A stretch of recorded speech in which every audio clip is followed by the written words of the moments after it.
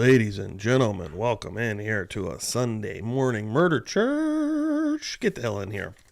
Hit the old like if you could. I'd appreciate it. Share that on the old X machine or any other places you may share this on Discord. I'd appreciate it in different Discords you may be in that allow that sort of thing. I only posted in the old Publicly Buzzed one. Yeah, we're going into episode 63 here today, which is crazy. And I think I have this lined up right. I don't remember if we're on part 3 or part 4 of Dr. Spitz's testimony, but maybe you guys can help me out when we get in here. I think we're on part 3, but we're going to see. Yeah, let's rock and roll. Let's hang out for a bit. Got a double show in store for you guys today. Let's rock.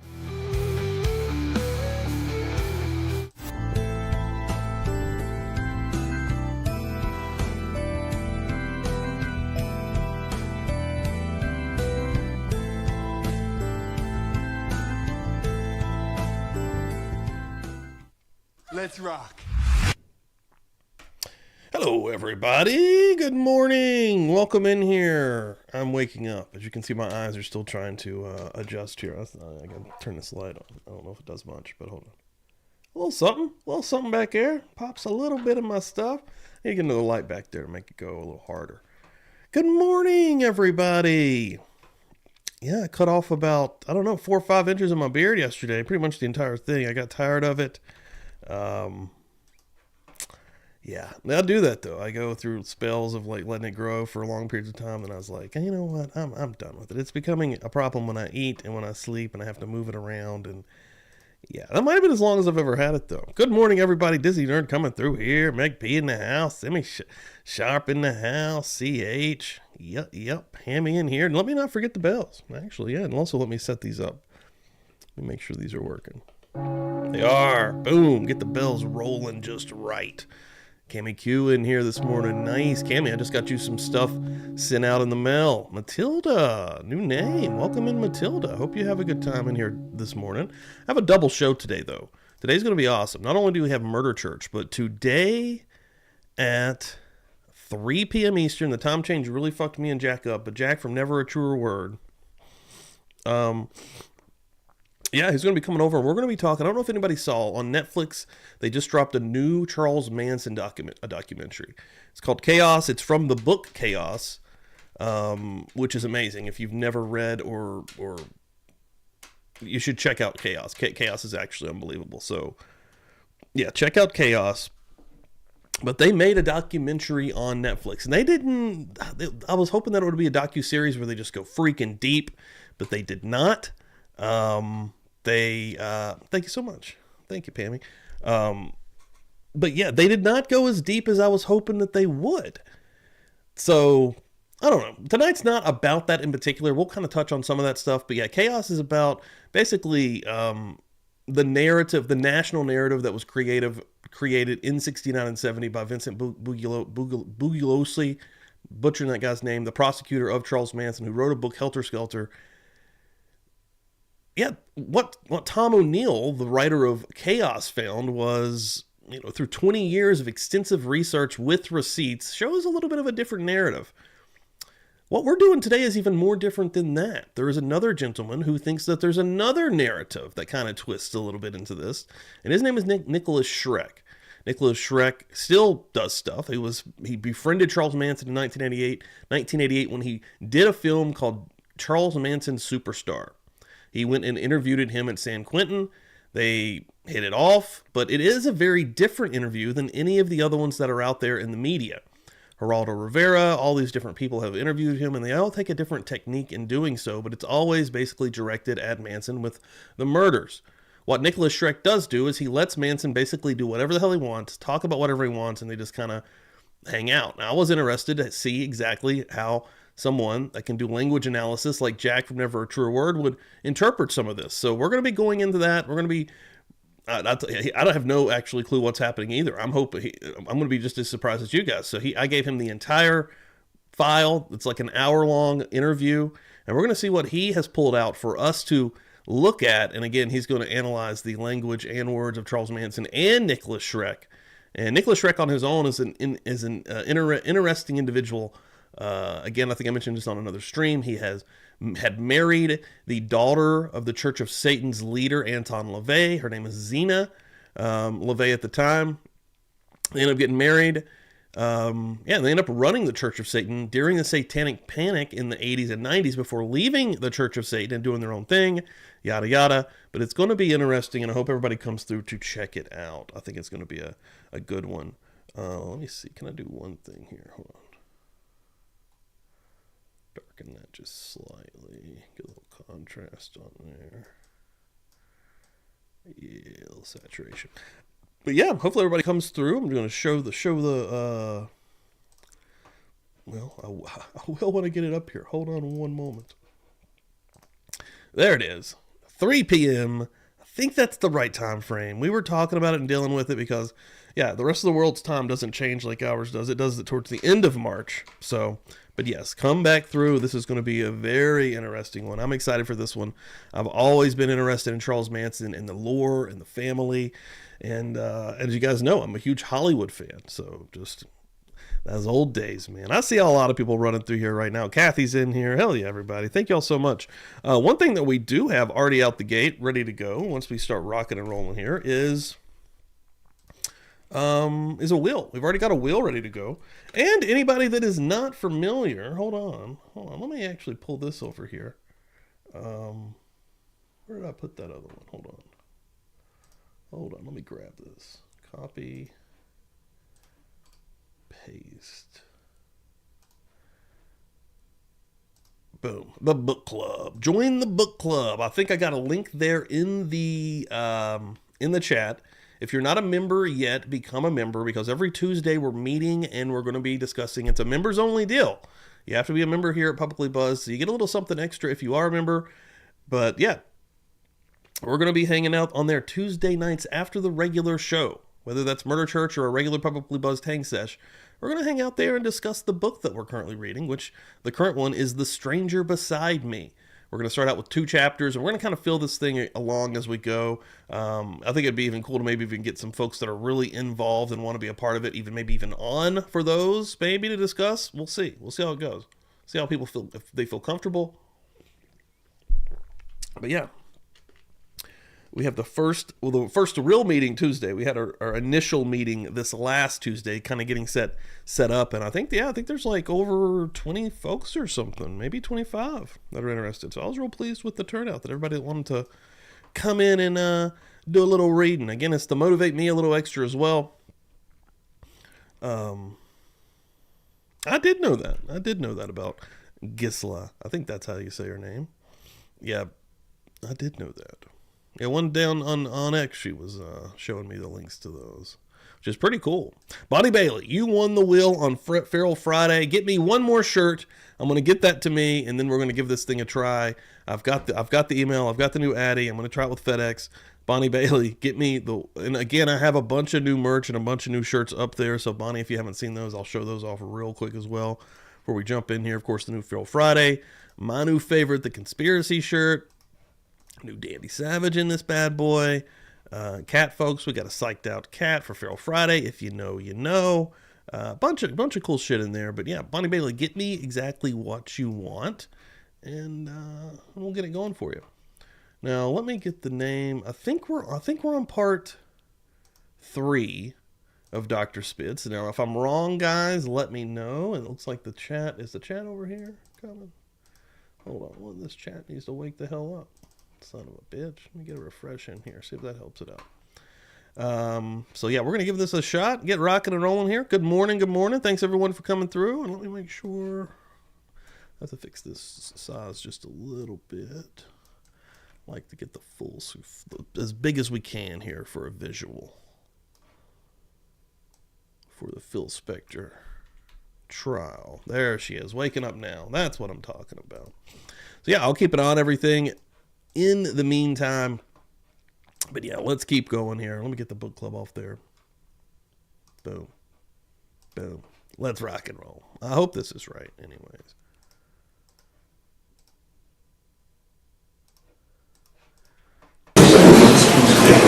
All right, the parties are present as heretofore, including jurors, alternates, and the witness. You may proceed. Thank you. Yeah, Dr. buddy. Spitz, Give me before another the one. break, we were talking Give it about another guns shot. and the firing of guns and You're the lucky. effect that they have on the human body. And when a gun is fired inside somebody's mouth, have you seen the effects of that in your experience? Yes, I have. And does damage occur from other mechanisms other than just the bullet going through tissue and hitting bone, things of that nature? Yes. What kind of damage occurs other than the bullet striking objects? The bullet goes from the muzzle straight out. All right. I think that I do remember this. I'm going to go to part 4. I'm pretty sure that's the exact way the last one started. We were watching. They get pretty in depth about the gunshot into the oral cavity, into the mouth. So let's go down to part 4. I think that's where we probably actually are. Here we go. All right, all parties, the witness, jurors, and alternates are present as heretofore. You may proceed. Good afternoon, Dr. Spitz. I wanted to begin where we left off before the lunch break. We were talking about the stuff that gets emitted I'm stoked about that from the mouth when there's an interoral gunshot wound, and you were talking about tissue, there you go, Simmy. gunshot particles. I did actually have my bell ring. Last night I've been very intrigued and interested by Spitz's testimony, actually, so I was pretty involved last week with listening to it. So material and also blood. And are you familiar with that phenomenon? Yes. How are you familiar with how that occurs and what occurs when that? Yeah, I was telling Joe before we went live on Friday, I was thinking about doing just a stash and burns, which I still would like to do, honestly. Like, I even thought about doing that yesterday, but then actually I got this down to looking pretty decent, which is kind of hard. So I was like, you know what? I think I'm going to chill out and just clean it up, and yeah, I think it looks all right. Yeah, I've got the sides lowered down to a much smaller number. I think it's on a 9, and this is just all kind of freehand crafted out here. Well, because I've gone to scenes where there have been such death, and I've seen it on the floor, and I've seen it in items that were brought to the morgue with the body, on the body, and I've seen it in police records when I received them. So, and get another wheel going. Are you familiar with research that's been done regarding stuff that gets emitted from the body, tissue and blood and things of that nature? Yes, I've seen it in articles that other people wrote. Okay.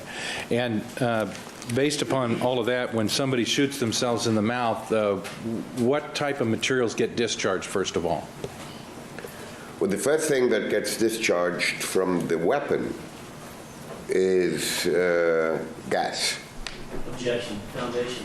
Sustained. Rephrase. Move to strike. Stricken. Jury's admonished. When the gun is inside the mouth, does the weapon, Yeah, thanks, based Kathy. upon your education, I'm always worried your about experience regarding gunshots, does gunshot residue get emitted? Gunshot. I've not had a clean-shaven face since 2005. Yeah, I've always had a beard. I always just kind of go short and long, let it go because I'm lazy. But sometimes I'll get motivated and keep it cleaned up for a little while. Residue gets emitted from the barrel, yes. Okay. I want to show a video that's a demonstration of what occurs and ask you to take a look at it, then I'll ask you some questions. And it's Exhibit I-7, or 7, I times 7, Your Honor. If you could take a look at this, Dr. Spitz, and I'll ask you a question about it.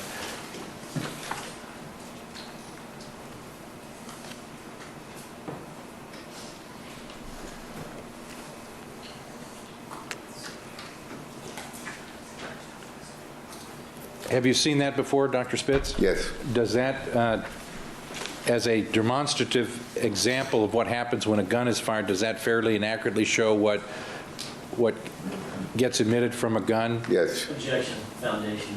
Move to strike. Well, I believe he's testified sufficiently. This is more for cross. Or rule. And does it occur differently if somebody shoots a gun inside their mouth? No, it occurs whether the gun is fired no matter where.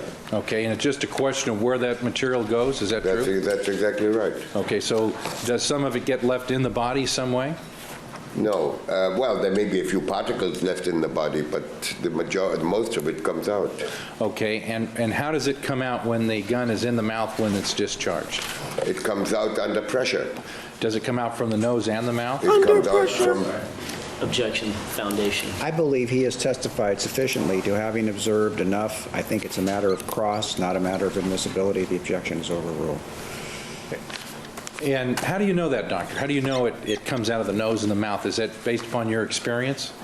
It's based on my experience. It is based on the fact that those are the material that are found outside in proximity of the body. It is commonly known. It's in articles by different people. It's in my own book. Okay. That's what happens when a gun is discharged. And in addition to gunshot material, the gunshot residue, GSR, tissue gets expelled from the mouth and nose? Tissue gets expelled as well. Tissue and blood get Okay. expelled as well. Okay, and is there some research that you're familiar with, which along with your experience tells you how far this tissue and blood can go? Yes. Okay, and what is the answer to that? The Foundation. Overruled. Calls for hearsay. Overruled. It's the basis of... The tissue Excuse me. will go- Doctor, it's the basis of his opinion. Overruled. You may proceed. Go ahead, doctor, continue on. the material that comes out, that is ejected, will go depending on its size. I have to get a on new marker. on the particular Getting harder and harder to write with this thing. size, on Jeez. the mass of size and weight of the individual little globule. Is there a difference between the distance that this material can go that depends upon where a person shoots themselves? In other words, if it's a shot to the temple of the head versus the front of the head versus inside the mouth, anything such as that? Morning There therapist, I probably just is put you on this some, wheel. There probably is some difference. The new wheel is for some stickers, a Not keychain, and a not magnet. a large, overwhelming type difference. Sammy. I but appreciate there's it. probably some, I always get nervous. some difference. I feel like I'm going to mess it up. Can blood and tissue go 6 feet or more? They can go 6 feet or more. That's the size. Well, first, I'll allow the general. Again, this can be to cross-examination, so the objection is overruled. And can small pieces of tissue go 6 feet or more? Well, that depends, yes, what you consider by small. But small, what I consider small, yes, they can go 6 feet or even a little more. How about small particles of blood or small drops of blood? Yes, they can go 6 feet. Okay, when you say small, what do you mean by that? 1 millimeter size or less? Well, yes, particles that are even less than a millimeter. According to the experiments that have been done, go 4 feet in an animal, because nobody has done experiments on people, obviously. But those experiments qualify that by saying that in a human that would be expected to go Factual. significantly Welcome in here. I farther. saw you in the chat And- also. and have you Appreciate been to it. scenes where for the you've share. seen And Kathy, thank y'all. small Sinead, thanks for the particles of share. blood, 1 millimeter Seeking or less, justice. go Lots of more people than coming 6 through this feet? morning. Thank Yes, I y'all. have. Okay, and you've had cases where you've actually seen that occur, is that true? Well, I've been cases which I subsequently Chidi, ordered the body what's and up? did an Morning. autopsy on it. And before I moved the body, went to the scene and checked it out. Okay. And in this particular case, you're aware that Ms. Clarkson shot herself in the mouth. Do you have an opinion as to whether or not any tissue or blood was emitted from her mouth? Yes, there was. Okay, and did you see Trying to wake photographs up that still. documented that? Yes. Dr. Spitz, I want to now move to another area, another subject, and ask you about, with reference to the type of injury that occurred to Ms. Clarkson, and I have an exhibit here, and if Mr. Rose could help me grab that and maybe deliver it to Dr. Spitz, that would be wonderful.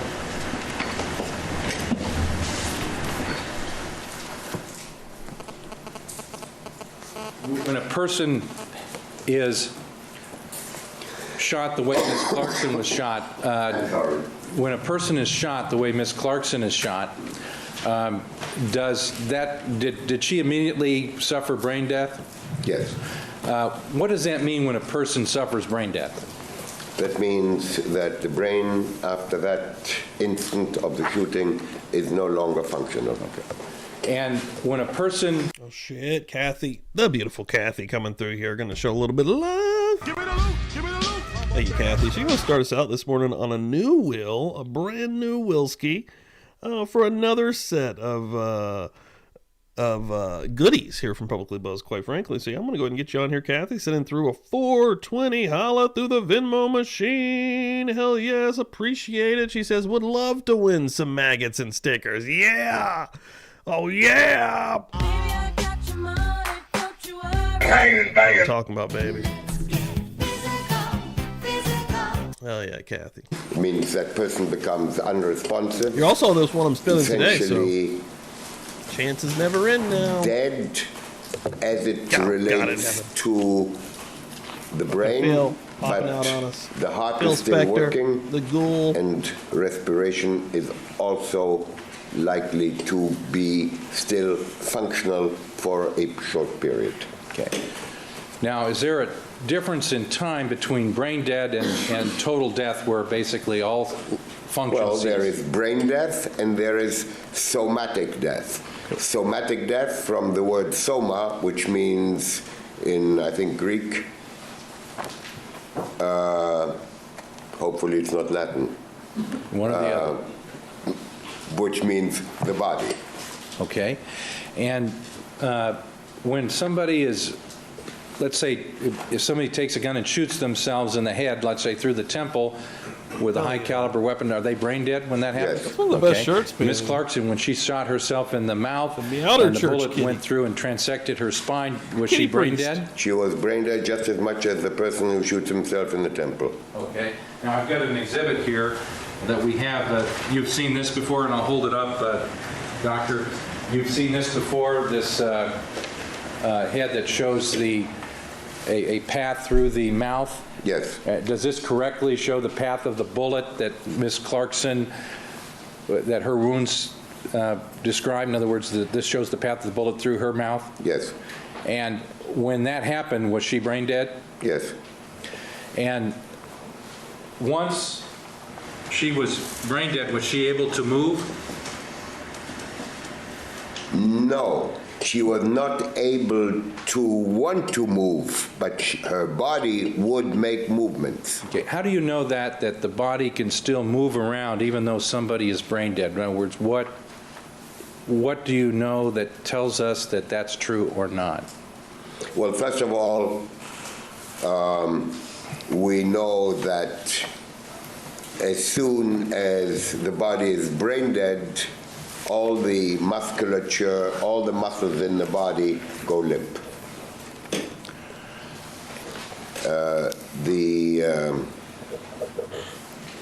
The other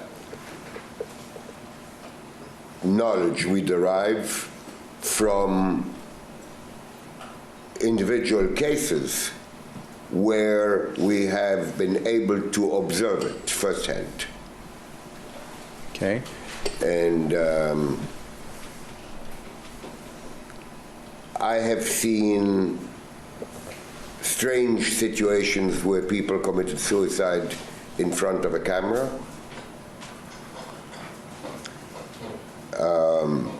You see that, where I have seen cases, my own cases in Michigan, and I've seen more recently a video Lord. of a fellow who Come for me. in a police station just came in with a gun that was obviously smuggled in that nobody found. Objection. What's the objection? Irrelevant. Overruled. There's something that we did, but as far as describing it, that's fine. The objection is overruled. You may answer. Let me break it up a little bit, Dr. Spitz, and ask you this question. I'm going to have you look at Exhibit BB, which is Thanks, one of BG. defense exhibits that we've Lord. previously had in this Yeah. case.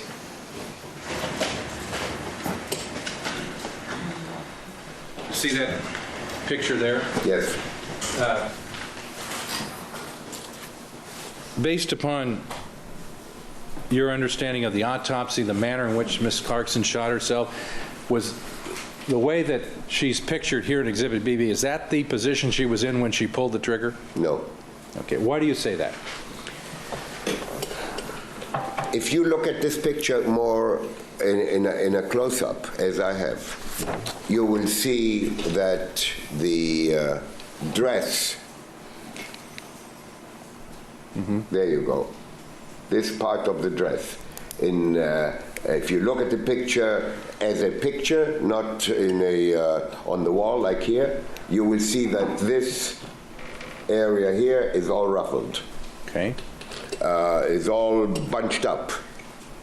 And that occurs when the body slides down in the seat and the legs get pulled out from under. That would be the rough. case that I was going to... Objection, Your Honor. This is speculation. He's Based on offered- that last answer, this is complete He's speculation. offered you, an guys. opinion which you may cross-examine him on. He is based upon his observation, based upon training, but you may cross-examine him on it. Thank you. The objection is overruled. Alan Jackson to keeps show trying. you how this happens, I would like to demonstrate it on myself, not without the gun, of course. Dude, I've heard that on, story. On a chair to show awesome. what I would do, so you know ahead of time. What I would do Kathy's awesome. with His Honor's permission, reenact that which I saw on the video. Okay, that's fine. Why don't you bring yourself down here on this chair? Dr. Your Honor, at this point, I think we need to approach. All right, you may approach. Okay.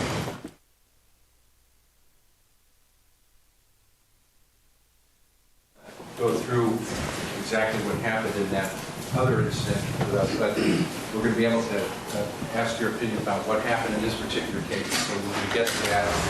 And before I do that, I wanted to ask a few questions relating to movement of somebody after they're brain dead. And if I understand your testimony correctly, you're saying that their arms and limbs and head can move after they're brain dead. Is that correct? Yes. If we could have the last photograph, Exhibit BB, back up. Is it your opinion that Ms. Clarkson's legs were not outstretched at the time that she pulled the trigger?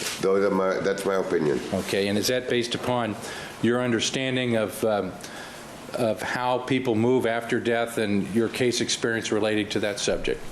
Yes, that's And correct. is there research and proof that the body can move in the way that you've described? In other words, is there Yes, evidence? there is actually research, and there is evidence that a body can move after brain death, Total brain dead, just like Ms. Clarkson just suffered? like Miss Clarkson. Okay, and their head can move back and forth, is that correct? It can move back and forth. It can move from immediate to one side on being shot, then straight, That's right. then wobble a little Judge bit, Dowhart's and then the move best. over to the Best in the opposite side. business.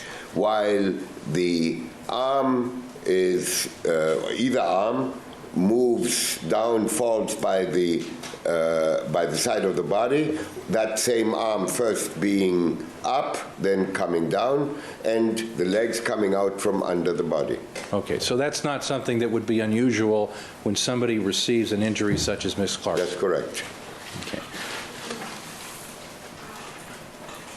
And Your neighbor was Leatherface. do you, based upon what you saw in the autopsy and the type of injury that occurred, is it your opinion that she slipped down into the chair after she was shot, after she shot That is herself? my opinion, yes. Okay.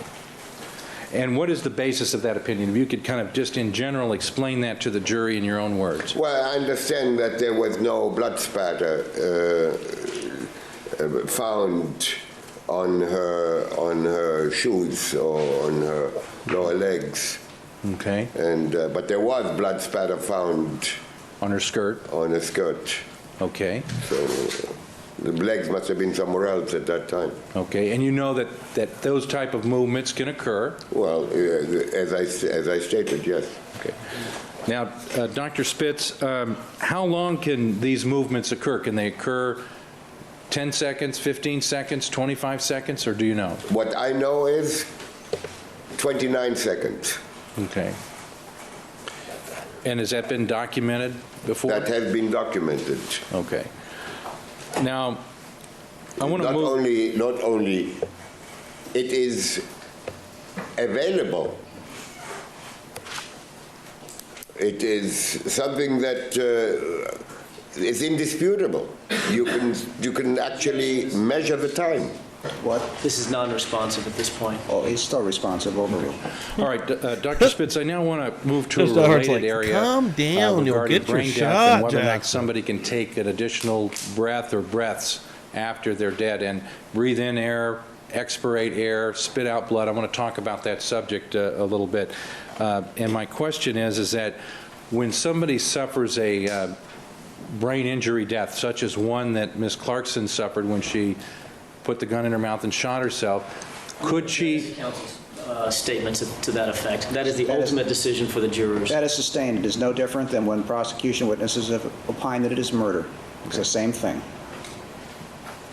When a person Gotta suffers keep the type of trying. injury that Ms. Clarkson suffered, is it possible for her to take a breath after that or more than one breath? Yes, my opinion is that is totally possible. Okay.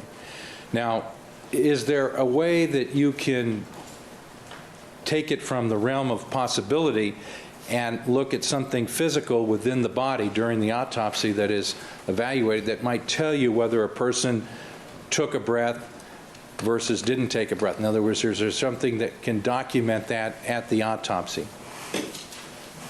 Yes. Okay. What would you look for, Dr. Spitz, to answer that question, whether somebody breathed in after they suffered an injury such as the one suffered by Ms. Clarkson? Let me please preface this by saying, in the absence of CPR, in the absence of, like they used to call it, artificial respiration, when they jump on the body and pump the chest. So excluding that. Excluding that. Okay. What do you look for? You look for hemorrhage into the air sacs in the lung. Okay. The Oh, Shelley, good morning. air supply to the air sacs is by way You never know where of the chat will go. garden Conversations hose will go in size a lot, many different directions. trachea, There we meaning go. There we go. That's a $5 bill all the way from Ireland. Sinead coming through here, getting on that wheel. Thank you, Sinead. I appreciate that. I think I've got something for you coming up soon anyway. So if you get another win here, your package will be a little extra big, as they say. Hell yeah. Thank you very much. Appreciate that. I'm going to give you a crazy one. I'm going to give you one of these boys right here. You gotta fight for your right. That's right. Morning, Jen. the major Get them in tube here. Get to them the in lungs. here. Before that is the throat. Between the throat and For today, people that did not the- hear me this morning, 3 p.m. Eastern Time. Today, I've got a Charles Manson special. It's going to be a good one. I got Jack from Never a Truer Word come on here, who is a language analysis. We're going to be looking at a rarely looked at Charles Manson interview. You never see this one talked about because it's very different. major garden hose size airway is the voice In Brooklyn? box, which is also at least garden hose size. The trachea then breaks up into two major tubes, one to each lung, which then break up to smaller tubes, which then break up to smaller tubes, which then break up to tiny tubes at the very end, like a tree, like a big tree with big stem, and then smaller, smaller, smaller, smaller, until you get to the leaf. Or maybe better yet, in a big, solid, freshly taken grape. bunch of grapes. They are all solid because they are so fresh. None fell out. You come from a stem into a secondary stem, a tertiary stem, and then eventually down below you have the grape. The grape is the air sac. Okay. The air sac in the lung. The blood does not just percolate down and run into the lung. There is no such thing. It has to be sucked in order to get there. Okay. And that is an indication of taking a breath. Okay. Depending on the amount of blood. Okay. So will tell you whether it's one breath or several breaths. Okay. And in an autopsy, can you look at these areas to tell whether or not there is blood, to answer that question whether there was some agonal breathing? Absolutely. Okay, is that something that's routinely and commonly done? Yes. And did Dr. And it was done here. Did Dr. Pena do it in this case? Dr. Pena did it here. Did he? And Dr. Pena describes in his autopsy report, before he did microscopic examination, he described that both lungs, not just one, but both lungs have areas, and I don't remember if he says large areas or not, or what, how he describes it exactly, but there are areas which are all the way down in the air sacs. And then he describes it again where he describes the microscopic examination of the lungs. And I can tell you from looking at the microscopic picture that this is all the way at the very bottom of the lung. Okay. Let me break that down a little bit, Dr. Spitz. And first of all, Dr. Pena described this blood down into these air sacs all the way through these vessels until to the end, basically, correct? Through all the lung tubes. Starting off with garden hose size and ending up with no much bigger than a capillary. A capillary is measured in microns. That's tiny. That's as big as a red blood cell. Okay, and smaller than a hair on your head. Smaller than a hair in your head. Okay, and Dr. Spitz, Dr. Pena described this in his autopsy report as seeing it, and then he also, you said he took microscopic slides of this end portion of the lung to look at under the microscope, correct? That's correct. And he saved those slides, and you actually looked at them, is that correct? That's correct. And what did those slides show as far as blood being in that area? It shows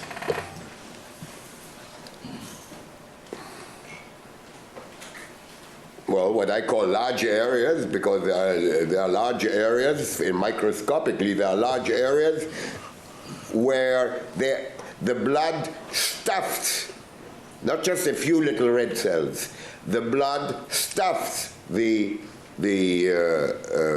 air sacs. In other words, they are so full that you have to look twice to see if it is indeed lung tissue, because there are so many red cells in there that you have to look to find the wall of the air sac to make sure that they are inside of air sacs. Okay, and you were able to do that and determine they were in air sacs? There's no question. Okay, and Dr. Spitz, let me ask you this question, sort of in the negative. Is there any way for blood to get there other than somebody aspirating or breathing after they've been injured in a way that Ms. Clarkson? Yes, there is, and that is CPR. Okay. There was no CPR here. Other than CPR, is there another way to occur? No, there is not. Okay. And why CPR? Because what you're doing with CPR is essentially doing the same as when you're breathing. You are pumping the chest. Okay. So, Dr. Spitz, based upon those findings at autopsy that you were able to verify, can you tell us whether Ms. Clarkson breathed in and breathed out air after she shot herself, after her injury? She did. Okay. There's one thing I need to say. Go ahead.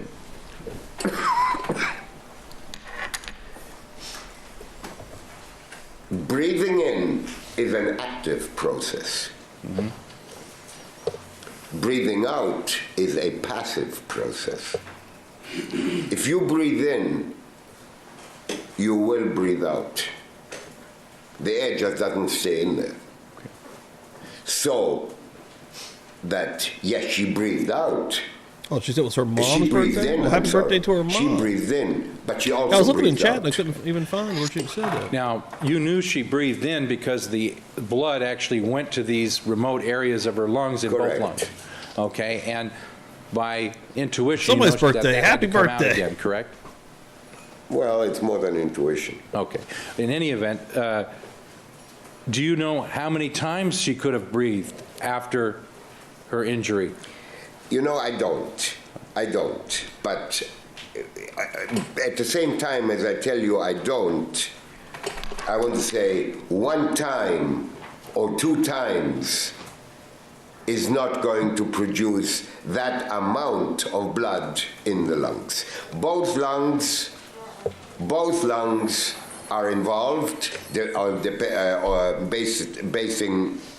I did not see the lungs as lungs. I saw the description of Dr. Peña's in the autopsy report. Okay. And I've seen many times where people were injured in the lungs and blood entered in the lungs. And I know over time that nobody can tell you she inhaled 6 times, but I can tell you it's more than once. More than once, more than twice. There's just too much of it to make it a one-time event. That is interesting. Dr. Spitz, have you been to scenes where people have aspirated blood? Yes, many times. Okay. Let me ask you this question, Dr. Morning, Spitz, Kerry. with reference to Ms. Clarkson. Well, let me ask you this question just about blood in general. We're going to stay on that subject here for a moment. When blood is outside of the body, let's just say it's on an item or whatever, does it, can it clot? Can it start bunching up?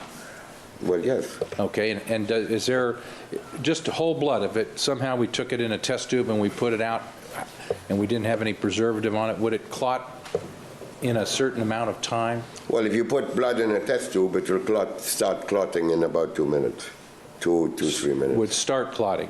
Yes. Okay, that would be without just pure blood, correct? Pure blood in a test tube. Okay, is there anything different about blood that would come out of a wound such as the one that Ms. Clarkson suffered? Well, that depends what kind of wound. If you take the blood from an area where there was crushed tissue, Okay. crushed meaning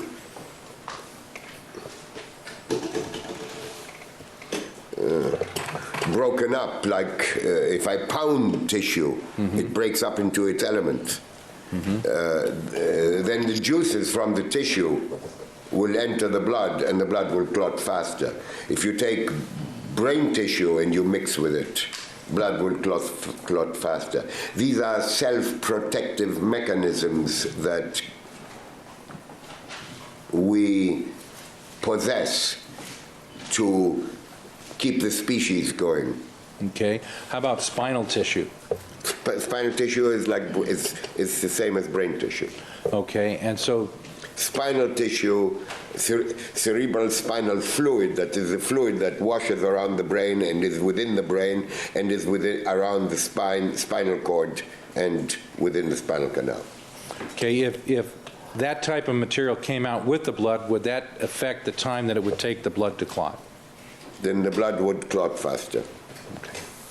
And would it vary depending upon how much was with the blood? Would it vary because of that? In other words, if there was a I'm lot, sorry? would the time vary depending upon how much fluid, brain tissue or fluid was there? Yes, it would depend. If you put only a tiny amount, it wouldn't do very much. Okay. Shelley, thanks for that share. Appreciate it. Sharing that myself. When you look at issues regarding manner of death, do you ever look at this blood and tissue and gunshot residue that gets distributed after a person, after they're shot? In other words, do you look at where it ends up to try to evaluate what occurred? Well, yes, that's one of the ways that I make. Shit, we got somebody coming through the old Venmo machine. Matilda says, I'm here. I'm Matilda on YouTube. I enjoy your content. I'm not a big commenter because I usually work and listen. Totally understand that. Thanks for being here and came here by way of Miss Shorty. Thank you. No, thank you. That's fucking awesome. Get in here, Matilda. That's fucking sweet. Hold up! Hold up! Hold up! Give me the loot! Hell yeah, I'm gonna put you on this wheel here. Have an opportunity to win some goodies for coming in here and hanging out this morning. Again, thank you so much. I appreciate that. $10 holler through the Venmo machine. The determination. Okay, and in this particular case, did you do that?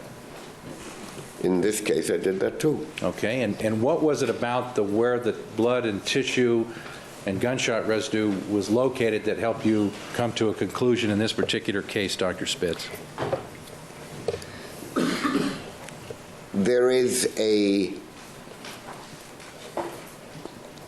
total, almost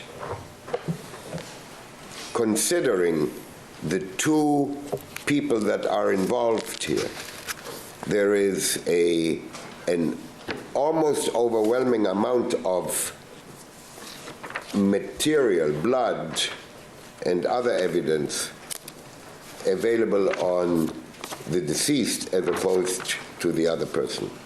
Okay. When you say material, what are you referring to? Well, gunpowder and blood and location of where it is and an intraoral gunshot wound. When you take all that into consideration and you look into the physiologic events that go along with this kind of distribution and amount, then there's really no escape to say that here is an individual who held a gun who fired in the mouth. Okay. Let's break that down and talk about it one at a time. What was your understanding as to the testing as to Miss Clarkson as far as gunshot residue? Was it found on either one of her hands? Well, there was powder residue on her hands. Both hands? Both hands. Was it a little or a lot, or do you know? There was a fair amount. Okay. And was it consistent with her firing a weapon? It was consistent with her firing the weapon. Can you make a determination that somebody fired a weapon just on gunshot residue, just on that alone? No. Okay. No, you can't. But again, please consider the fact that you have to make a comparison. You have to compare one with the other. You cannot make it on its in and of itself. But in addition to that, you have to say, okay, this one has and that one doesn't. Okay. Do you do the same thing with the tissue and the blood? Compare one to the other? You do the same with the tissue and the blood. Okay. Did you see pictures of Miss Clarkson's hands at the scene? Yes. I want to show you one that's wide of the 6th and ask you if you've seen this particular picture. I'm going to put it on the board at this point.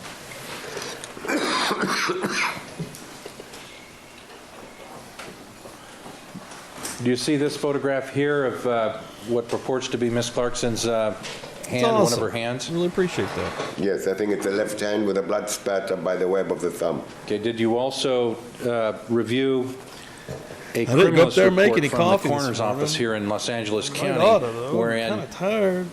blood was described that was on her hands and wrists? Yes. Okay, and I'm weird with coffee. Like, You have I'm the not report? addicted to coffee, but I do enjoy it.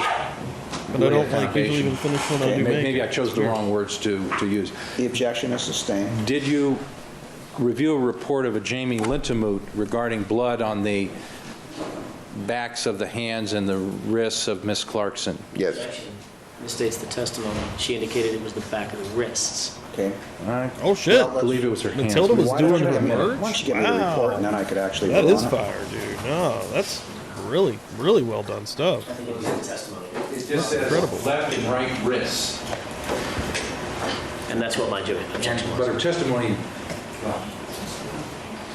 If you want to point me to the volume of testimony, I'd be happy to review it. Yeah, I don't have time to get to it now, Brian. I'll just rephrase my question. All right. You reviewed the report of Ms. Jamie Lintemoot as to the recovery of blood from the arms and hand area of her body. Is that correct? Yes. Okay, and you also reviewed the report that blood was eventually DNA typed or DNA genetically identified to Ms. Clarkson. Right. Okay. Yeah, all the time. You also Good reviewed, thing. to the extent that you could, photographs Motherfucker. of the hands, some of which showed blood on her.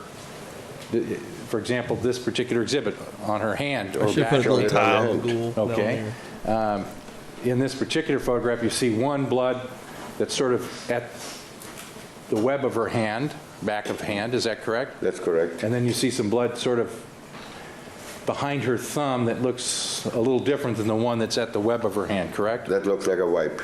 Okay, where it somehow came in contact and smeared or something to that effect? Or it was it could have been a spatter and then wiped against her clothes as the hand moved. Okay, and you looked at other photographs of her hands to the extent that they were available? Yes. Okay, and is that the type of thing that you might look at as a person that tries to determine cause and manner of death, this type of photograph? It all enters into the consideration. When it comes to manner of death, you want to have the evidence to support. Okay, and did you take into consideration this photograph, Y to the 5th?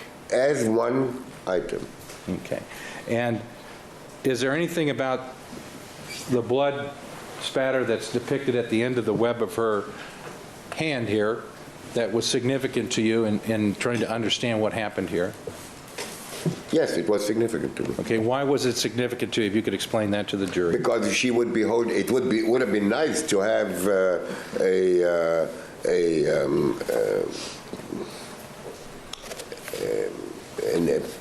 print lifted, I mean a tape lift from her hands, front and back. But if I don't have that, then I have to go by the pictures. Okay, and was the blood spatter that you saw here that you previously testified about, was it consistent with her holding the weapon? Yes, Did it help you understand how she was holding the weapon? somewhat, yes. Okay, and based upon this picture and other photographic evidence and all the evidence in this case, how was she, in your opinion, holding the weapon? I think she was holding the weapon with both. I'm sorry. Sir, there's an objection pending. Foundation? Foundation. Overruled. I'll allow them to offer an opinion. Go ahead. I think she was holding the gun in both hands, with one hand on top and one hand on the bottom, Okay. steadying the grip. And does the physical evidence support that opinion? Yes, I think it does. Okay. I'm going to have you look at another photograph, exhibit PP.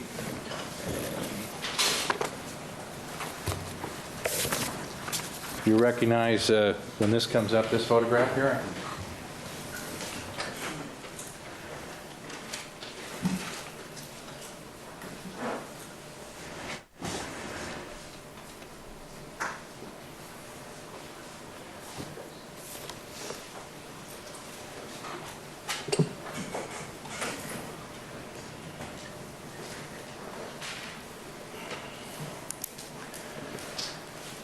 And before I do that, I'm going to ask you whether or not you recall in Ms. Lintemoot's report, the criminalist who worked for the coroner's office, that there were small red stains observed on back of decedent's left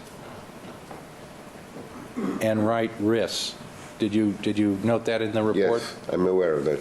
Okay, and you've seen pictures of stains that are sort of on the back of the hand. I don't know whether Right. the wrist starts or the hand ends, but you saw that. Then you also saw this particular photograph, PP, is that correct? Yes.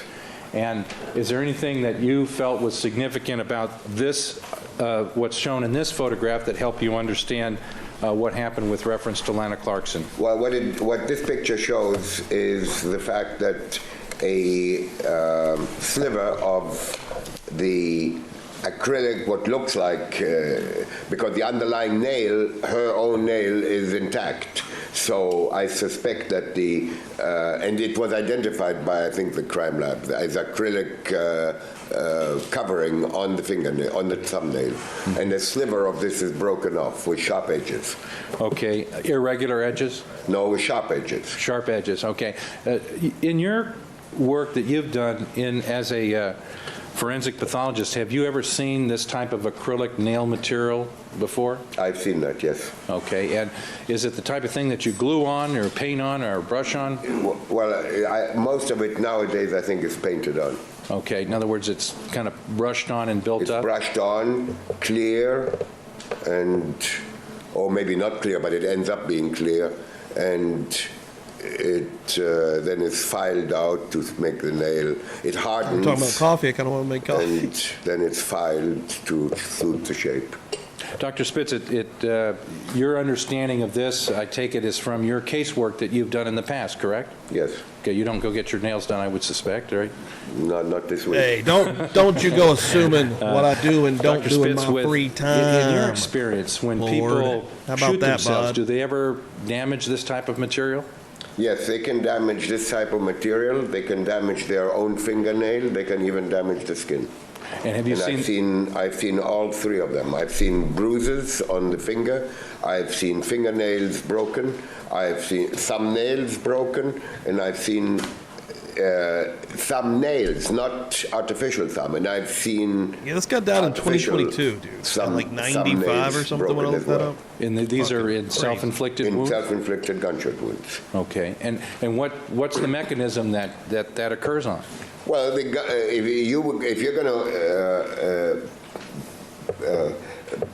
push the trigger, not pull the trigger, push the trigger, the thumb is going to be subjected to tremendous forces when the thing moves up and down. Anybody who has ever fired a handgun would know with what wallop the gun moves. And the gun moves and hits the fingernail, it might break.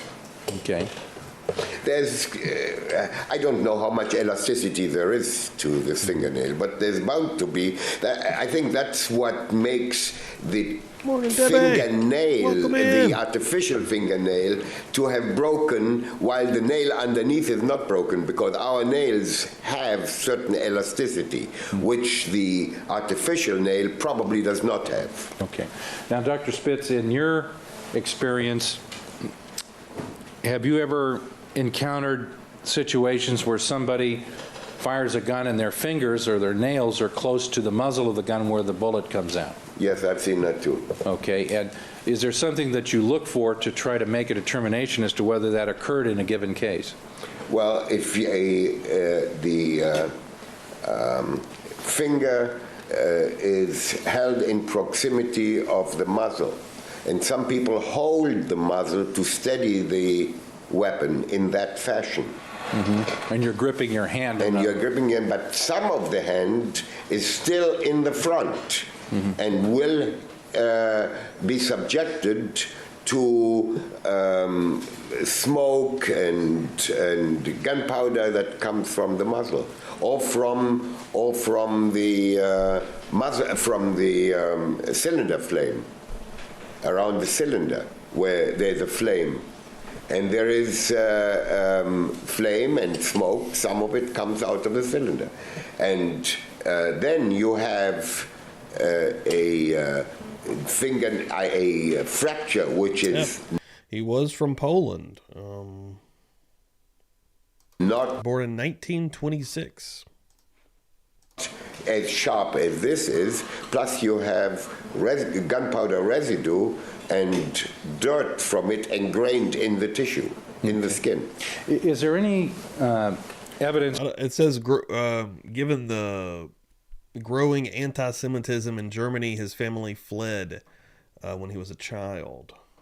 Joe. From the autopsy of Miss Clarkson, both the photographic evidence or Both the of his, tissue that was parents collected were that doctors as suggests that this particular thumb was anywhere near the muzzle of the gun when it went off? No.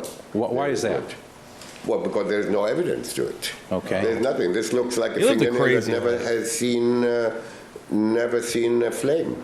Okay. Or a flame, a dirty flame. I mean, that is a dirty flame that comes out. Is it possible that this nail came off because the bullet knocked it off as the gun was fired, or it was near the edge of the gun? I don't think so. Okay. No, I would not buy that. If I was presented with that possibility, I would say, not in my opinion. Thank you very much. Okay, and would that mean her thumb would have had to been inside the mouth? Because the gun was inside the mouth? No, her thumb was not inside the mouth when at time of discharge. Yeah, in other words, if her nail was broken by the gun firing, in other words, the bullet firing, her thumb would have had to been in the mouth with the gun. Yes, I suppose so. Since the gun was fired inside the mouth, but this thumbnail was not inside the mouth when that happened. Okay. Do you have any doubt about that, Dr. Spitz? No, I don't have any doubt. Okay.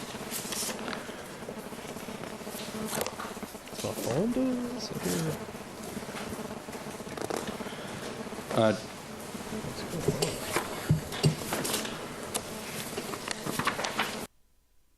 think it's in the audio of this video. Dr. Spitz, I wanted to ask you a question about toxicology. And my first question is going to be relating to the autopsy of Lana Clarkson. Did you look at the toxicology evidence in this particular case? I did.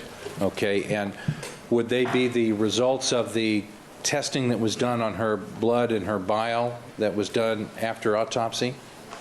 Yes, these were, well, if I understand your question correctly, these are specimens that were taken at the time of autopsy. Yes.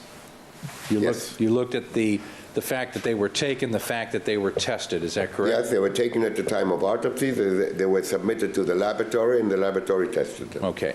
Now, in addition to that, did you look at evidence from the coroner's office that they looked in her purse and found certain medications? Yes. Okay. And was there a medication that you became aware of that if it's taken by a person might cause a person to bleed more readily than a person who doesn't take the medication? Well, certain medication would do that. Paxil would do that. Okay. Was there a medication that she was taking known as, I think it's Aciclovir or? Aciclovir. Was she on that medication? Yes. And does that create a condition known as thrombocytopenia. Okay. What is that? Do you have a spelling for that? Yes, Your Honor. I need to write that down to see it. Okay. Then I will tell you in just 1 second. basically, we want you to tell the reporter.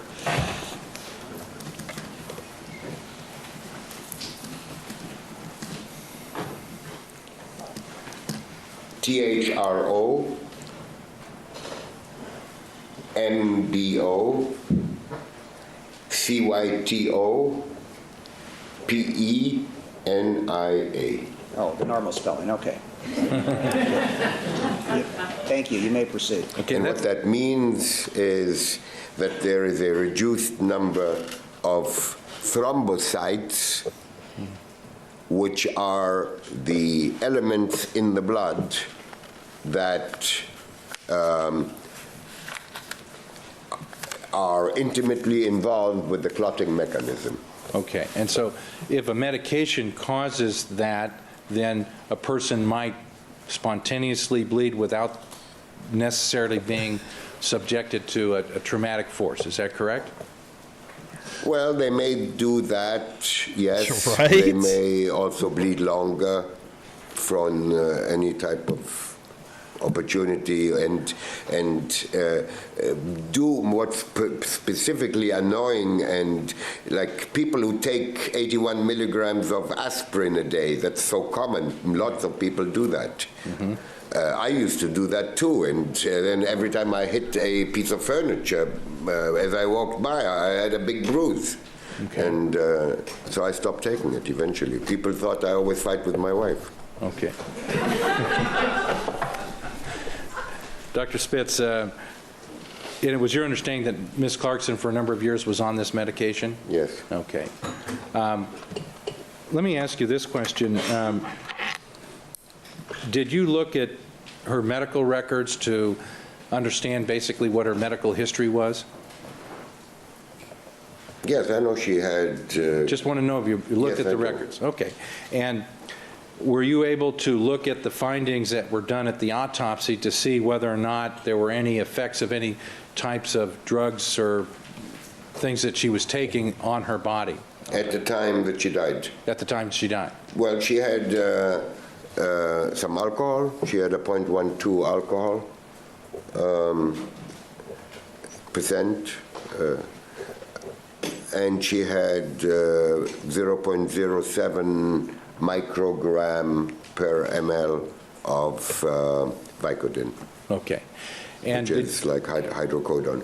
did you take that into consideration in making determinations in this case?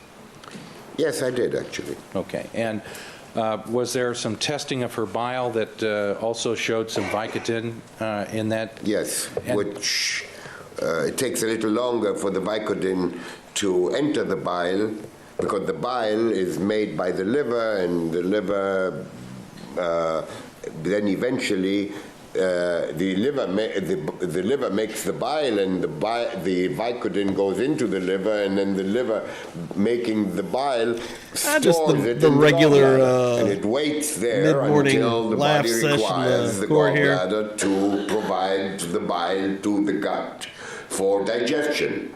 Okay. And so This is motherfucker So the- that Spit. means that it entered there probably 2 Got up days in the or mic. so Listen. okay, so it This kind of is how shows something folks die. historical as opposed to presently under the influence It of. suggests an ingestion of the medication or drug a couple of days earlier. Okay. So we have the bile reading, we have the blood reading with the Vicodin, and then the alcohol at the same time that the Vicodin was tested. Is that correct? That's correct. And is there anything about the autopsy that told you about drug use as far as in any of the tissues of the body that were looked at the time of autopsy? Would you please ask me that again? Yeah. When an autopsy is done, do pathologists typically look at various tissues like the liver, the kidneys, and things of that nature? Oh, absolutely, yes. Okay, and what do they do that for as it relates to any That's crazy. toxicology issues or questions?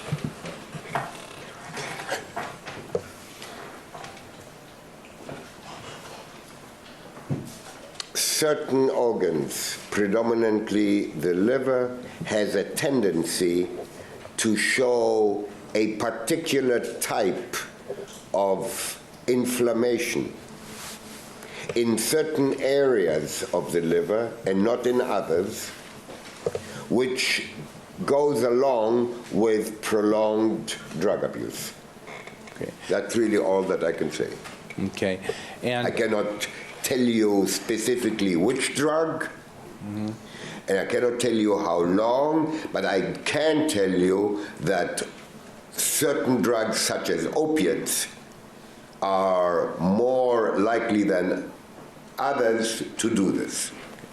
and is that something that's understood in the forensic pathology community, something that's in textbooks and things of that nature? Yes, you will find that in all the major textbooks. You find, who am I to talk? You find it in my textbook. Okay. But my textbook is not the only one. When I saw it in my textbook, I looked in other textbooks, and there it was. Okay.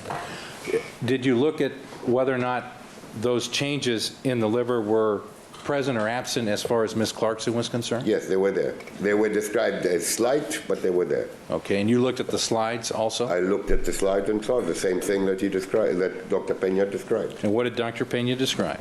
I don't remember his wording, but the essence of it was that he found a slight inflammation in the portal, P-O-R-T-A-L, portal triads.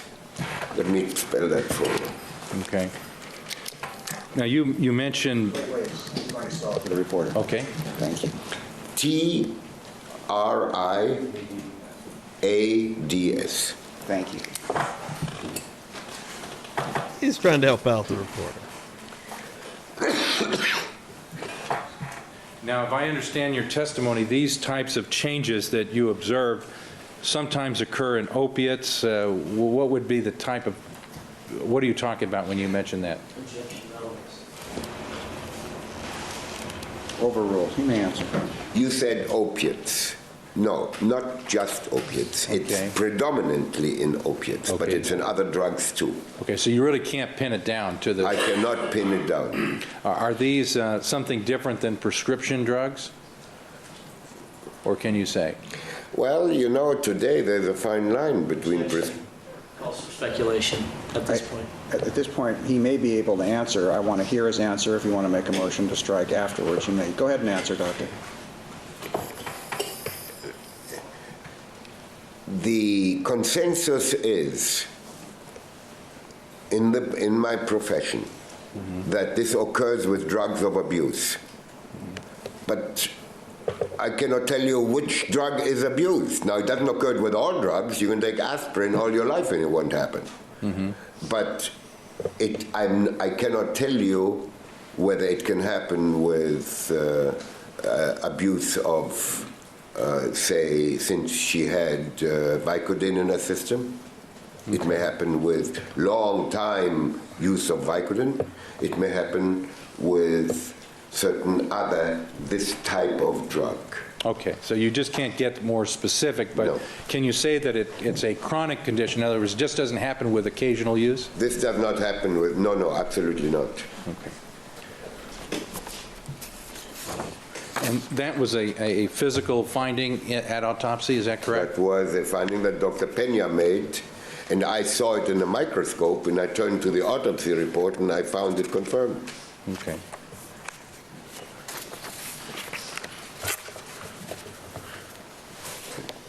Dr. Spitz, when you look at the physical evidence in this particular case, and setting aside evidence regarding state of mind and things of that nature, Thanks, which I man. believe your testimony was, it's difficult to find and determine Trimmed what it somebody up, was thinking shaped at a it up a little particular bit. moment in time. But when you look at the physical evidence in this case, I always get what is nervous. there about the This is a good physical one. evidence that was found on or near Miss Clarkson's body that tells you that this was a self-inflicted wound?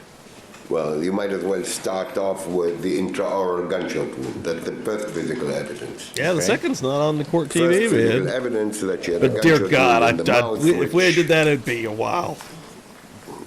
you know, in This one's been intense. 54 years that I have Lengthwise.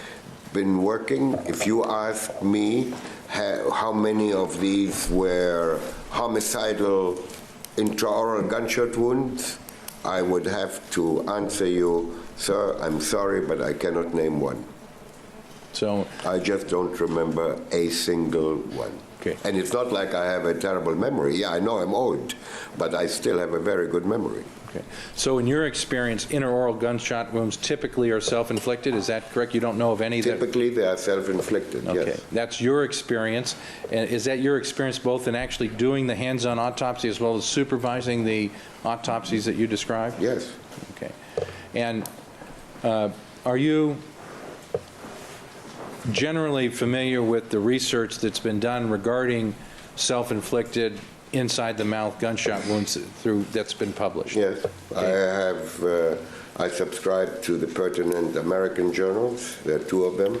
Yeah, And we're a little I, over halfway, Jim. read the foreign journals. In fact, I'm editor, on the editorial board, or I used to be on the editorial board of several of the foreign journals, and I get those. So yes, I do keep in touch with 6 ongoing minutes left of this literature. video. I'm going to run upstairs and use the bathroom. Be right back. What is the I guess too much prevalence water of this morning. self-inflicted wounds being, let's say... Be right back. Well, let me ask you this. Intraoral wounds being self-inflicted as opposed to being otherwise? Spin a wheel. In other words, I what's think that by consensus, and according to what my understanding is, that intraoral gunshot wounds are suicidal in excess of 99%. Okay. Now, in this particular case, you mentioned that there's no question that the gun was inside the mouth, and can you tell whether or not there were any injuries to the inside of the lips and so forth, from the blast that occurred inside the mouth? Yes, there were, and I'm glad you reminded me of the word blast, because that's exactly what it is. Okay, and what caused the injuries to the inside of the mouth when this shot was fired? In addition to the damage done by the actual missile, by the actual bullet, all the rest of the damage inside the mouth is from the blast. Okay. Now, And it goes beyond the inside of the mouth. I think the question has been answered. Okay. You may ask another question. does the damage go beyond the inside of the mouth? Yes, the damage goes beyond the inside of the mouth. In an intraoral shot, the damage involves the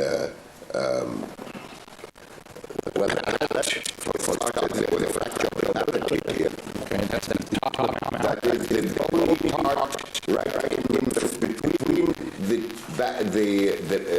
the back of the teeth for about a distance of maybe 2.5 inches Okay. to the back. Then you have the ridge that what we talked about, where the tongue hit and got bruised, and then you have soft tissue behind it. Okay. Dr. Spitz, with reference to intraoral gunshot wounds, could you make a determination as to whether or not Ms. Clarkson's, at the time that the shot was fired, whether her lips were on the gun or near the gun, or Good timing. As soon as I sat back down. Ba, ba, ba. loosely around the gun, or was her mouth open, or could you make a determination as to Heat a that? party in here.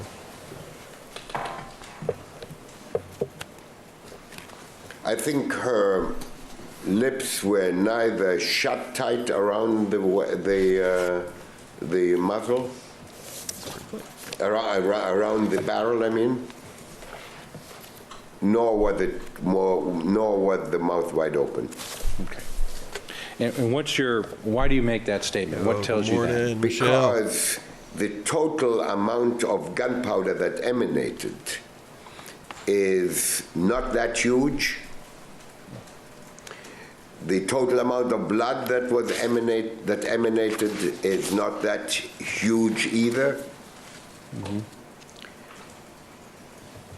Yet there is no laceration, no tearing of the edges of the lips, the corners. If the mouth is closed, the gases don't have any means of escape and blast open the face. That did not happen here. You've seen that in other cases? I've seen it in other cases. Okay. Yeah, this is the kind of information. Now, And I think there would have been more damage inside the mouth, too, in the palate. It's not like there isn't any damage there now, but there would have been, in my view, more damage. Okay. Don't forget that the palate is bone, but very thin bone. In fact, all the facial bones are not much thicker than paper. meaning the top of the mouth and, The top of the mouth, the palate, they have very thin bone. okay, except for the jawbone, maybe? No, except for the jawbone. The jawbone is not, well, we wouldn't be going to see boxing Morning, Ellis. if the jawbone was that thin. Okay. Dr. Spitz, in your experience, well, let me ask you, Morning. when you look at a case like this, you mentioned earlier in your testimony that you looked at the two people involved in this case. Did you look at the physical evidence that was reported by the Sheriff's Department as to Mr. Spector and his jacket that they documented? Yes, I did. I want to show you a picture and ask if you've seen this before. You could have B to the 9th first. B as in boy.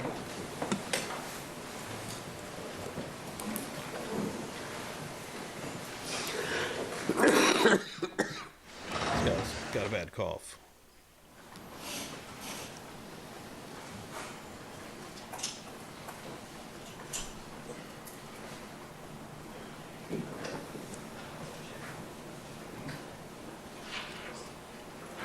was Take a look at this kicking the photograph doors here that's been open. put up, which is Said, what are y'all 9Bs, and doing? ask if you've seen this particular photograph, both without the numbers and with the numbers on I it. have.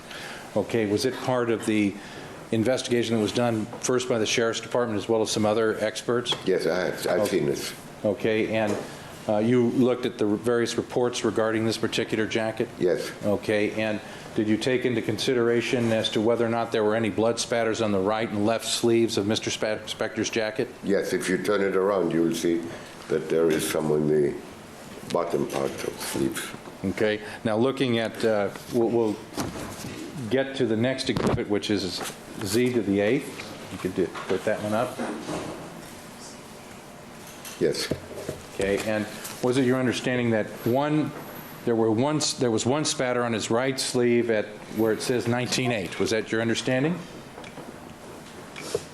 You mean this? Yes, that one right there. Yes. Okay, and was it your understanding that the other two, number 10 and number 32, were transfer stains? These were smudges, Meaning not not spatter. not spatter, okay. And in doing the type of work that you do you know the difference between a transfer stain or a smudge stain versus a spatter? Yes. Okay, what's your understanding of the difference between those two? Well, a smudge stain is Doctor, 1 second, please. There's an objection. Yes. Objection foundation. Sustained, and we're going to take a recess. Keep in mind the admonition, ladies and gentlemen, 3 o'clock. Going into part 5. Let's see how long they're going to keep this man here. Another hour. So let's get a wheel spin going here. And yeah, we're going to keep on moving here. Video 166. I think there's 230 some videos, so we're over halfway. We still got a while to go. All right. Good luck, everyone. I got a wheel here. This is for the Holy Trinity of sticks, the maggot, and the keychain. Good luck, everybody. Again, it's pretty readable. It's readable. Here we go. Make sure it's tight. Good luck. Ooh. I think that's NH Dude. Yeah. NH Dude, who came through here this last week and gave out so many awesome memberships. NH Dude, congratulations. Getting all the goodies, all the trinkets. Let me put you here in the winner circle. Oh, yeah. Love to see it. Yeah, NH Dude was very kind and very cool this week. Dropping all kinds of new memberships so people could join the book club. And then I believe membered up themselves. So, yeah, keychain, maggot, stickers. I have to get with him. Hopefully he keeps rolling through. Yeah, he's been through the last few shows, though. Love it. Love it. That's what I'm talking about. I'm telling you like it is, baby. All right, let's keep rocking and rolling here. Let's do another hour here with Dr. Spitz. I'll probably will wrap it up about after this video, 11:30 or so. Again, but I got a double show for you guys here today. Anybody that was not here earlier, maybe not seen 3 p.m. Eastern time right here, Charles Manson murders, okay? A special coming on. That's what the new Netflix doc is called. It's basically playing off of the Chaos book written by Tom O'Neill, which would be a good book actually for the book club. And I'll do another plug also. If you're not in the book club, there's a members... you can click in the up above there in the chat just to become a member. If you are a member, you get to join in on the book club. The first book is going to be The Stranger Beside Me, which is written by Ann Rule, who worked beside Ted Bundy and befriended him all the way until his execution. So it should be pretty interesting. We're going to be reading 2 chapters. So if you do jump in, read 2 chapters, show up Tuesday night, and we're going to be hanging out. But yeah, later today, 3 p.m. Eastern. Going to have a Charles Manson family special. Really Charles Manson, because I got Jack from Never a Truer Word coming on here, and he's analyzing a very, very rare Charles Manson interview. It's very findable, but no one ever talks about this interview. It's never put in anything because of one certain reason. It's a little bit different. So you're going to want to come through here and check it out. All right. All parties, jurors, alternates, and the witness or presidents heretofore, you may proceed. Thank you. Good afternoon again, Dr. Spitz. Your Honor, I found a reference to the discovery, and it's discovery page 2575. I'd like to read this and then ask the doctor a question regarding Ms. Linterman's report. I'll quote directly out of it. Have you had a chance to see? We have not. Hell yeah. Let me show it. We could have a moment. Yo, RX girl. Welcome in here. 2575. That's awesome. Love that. Yeah, Shorty rules.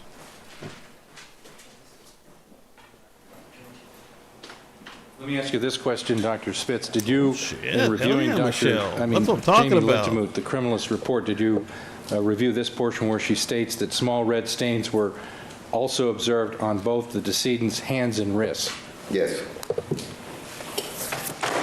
Uh-oh. And We're did you still take that trucking into on this one. consideration in arriving at your opinions along Last with time the you were here, was it still photographic Phil evidence that was Spector? developed? Yes. We are in Phil Spector land. This trial is our lives. Get back to this issue of when somebody is brain dead, that they can still inhalate air and exhalate air. They're not actually breathing, are they, doctor? No, they're not breathing. Okay, but there's a, They're not breathing in the sense like you and I and everybody else in this room are breathing. okay, This is post-mortem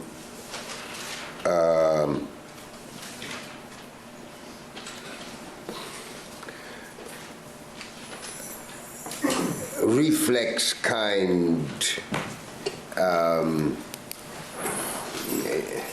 intake and output of air. so inhalation of This air. is not in breathing like we know it. Okay, it's not a voluntary or No, this is not a voluntary. There is no voluntary. When a person is brain dead, there is no voluntary. It's all, for lack of a better term, involuntary. There is no brain to produce volition. Okay, so would the word inhalation be, There is no control. It all is for a short period after the death. okay, and basically when the air is going in, that's called the postmortem inhalation of, No, it's not really inhalation. It's call it intake or something. Okay. But when you say inhalation or, I mean, I know that Dr. Pena put in his autopsy report aspiration. Aspiration is an active process where somebody does this. Yo, Brooklyn, thanks for that share. okay, She didn't do that. okay. But This- he understands and I understand what the idea is. Okay, so Dude, this is gonna be a fun talked stream about tonight, aspiration, but it today. would be It's gonna be involuntary, fun. whether, because she was basically, excited. when the shot was fired, she was basically instantaneously brain dead, correct? Right. Okay, but air still went in her lungs and blood went in her lungs? Yes, And you yes. know that based upon the findings that you saw? She did this, Okay, but not because it's part of a breathing process. okay. And what's it called when the air goes out after that occurs, after brain death? Well, I don't know what it's called. Putting out air. Okay. It if expirates, it it were comes out. during life, I would say it's exhalation. Okay. But then if I say Brooklyn, so Walking in the door. exhalation, then why don't I call it inspiration? Okay. All right, so in any event, the air goes in and the air comes out, even Right. involuntarily, Involuntarily, after brain death, after brain death. and we know that that happened in this case.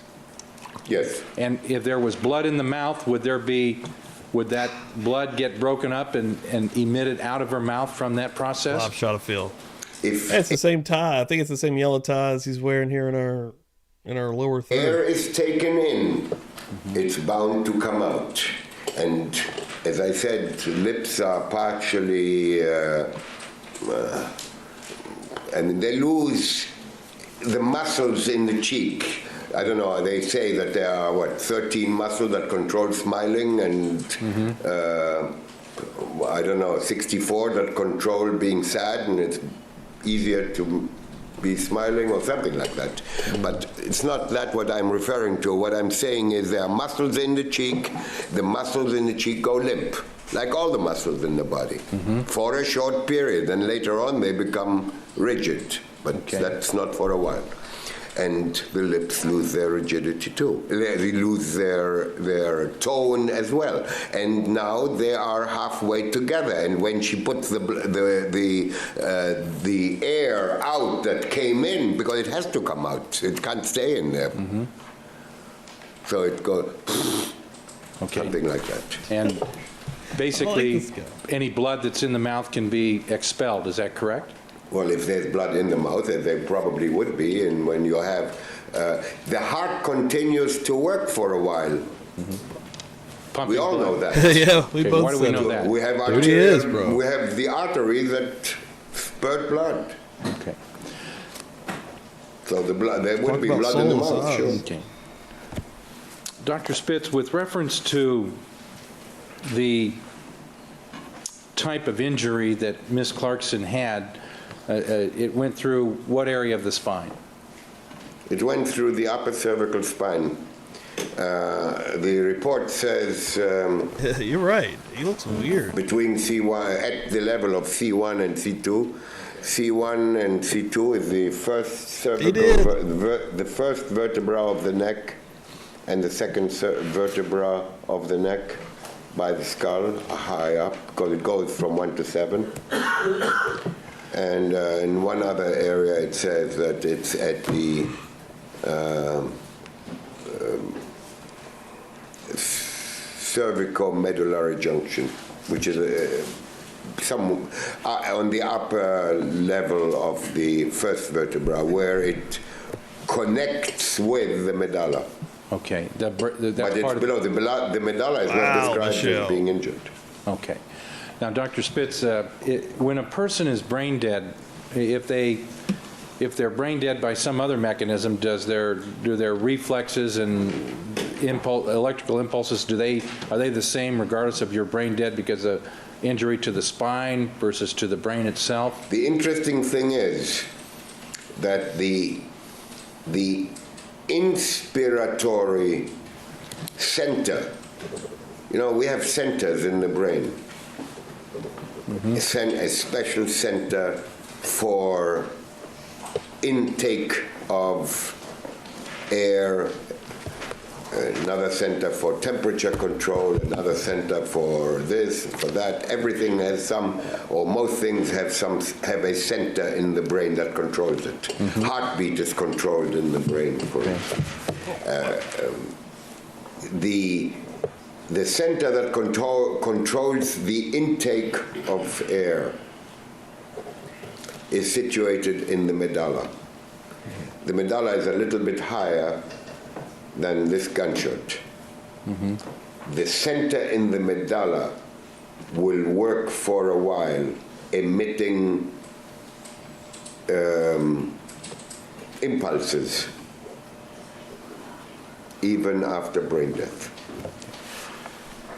Dr. Spitz, why does the heart keep beating after there's brain death? In other words, what? Because it will beat, but it won't beat like it should beat.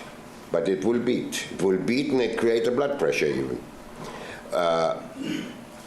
Why it will beat? Because the heart has its own power plant. The heart has a mechanism with it. When I went to medical school, I did in physiology, in the lessons on physiology, we had to kill rabbits and then take their heart out and put it in a salt solution. The blood in a human being is 0.9% salt. And I think in a rabbit probably 2, I don't remember. But we put the heart into a salt solution, and believe it or not, that heart worked for 20 minutes in the salt solution with no blood. So if the heart is in the body, you have blood coming in and blood coming out, and the heart would pump the blood. Okay. But whether you have a brain or not, look at the chicken that runs around without a head. Okay. I take it, Dr. Spitz, if the heart is still pumping, then bleeding can occur at various places where injury has occurred. Is that true? I'm sorry? bleeding can occur if there's been some trauma to a particular area of the body, even if a person is brain The dead. heart will pump for several minutes. We have seen that over and over. Okay.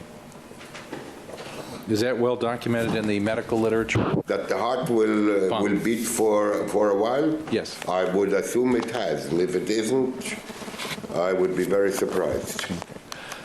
Dr. Spitz, I want to move now to another area of the work that a medical examiner does, a person that is a forensic pathologist such as yourself, and that's from the medical, physical cause and cause of death to the manner of death. And what types of information do forensic pathologists use to try to determine the manner of death, whether it's accident, suicide, etc.?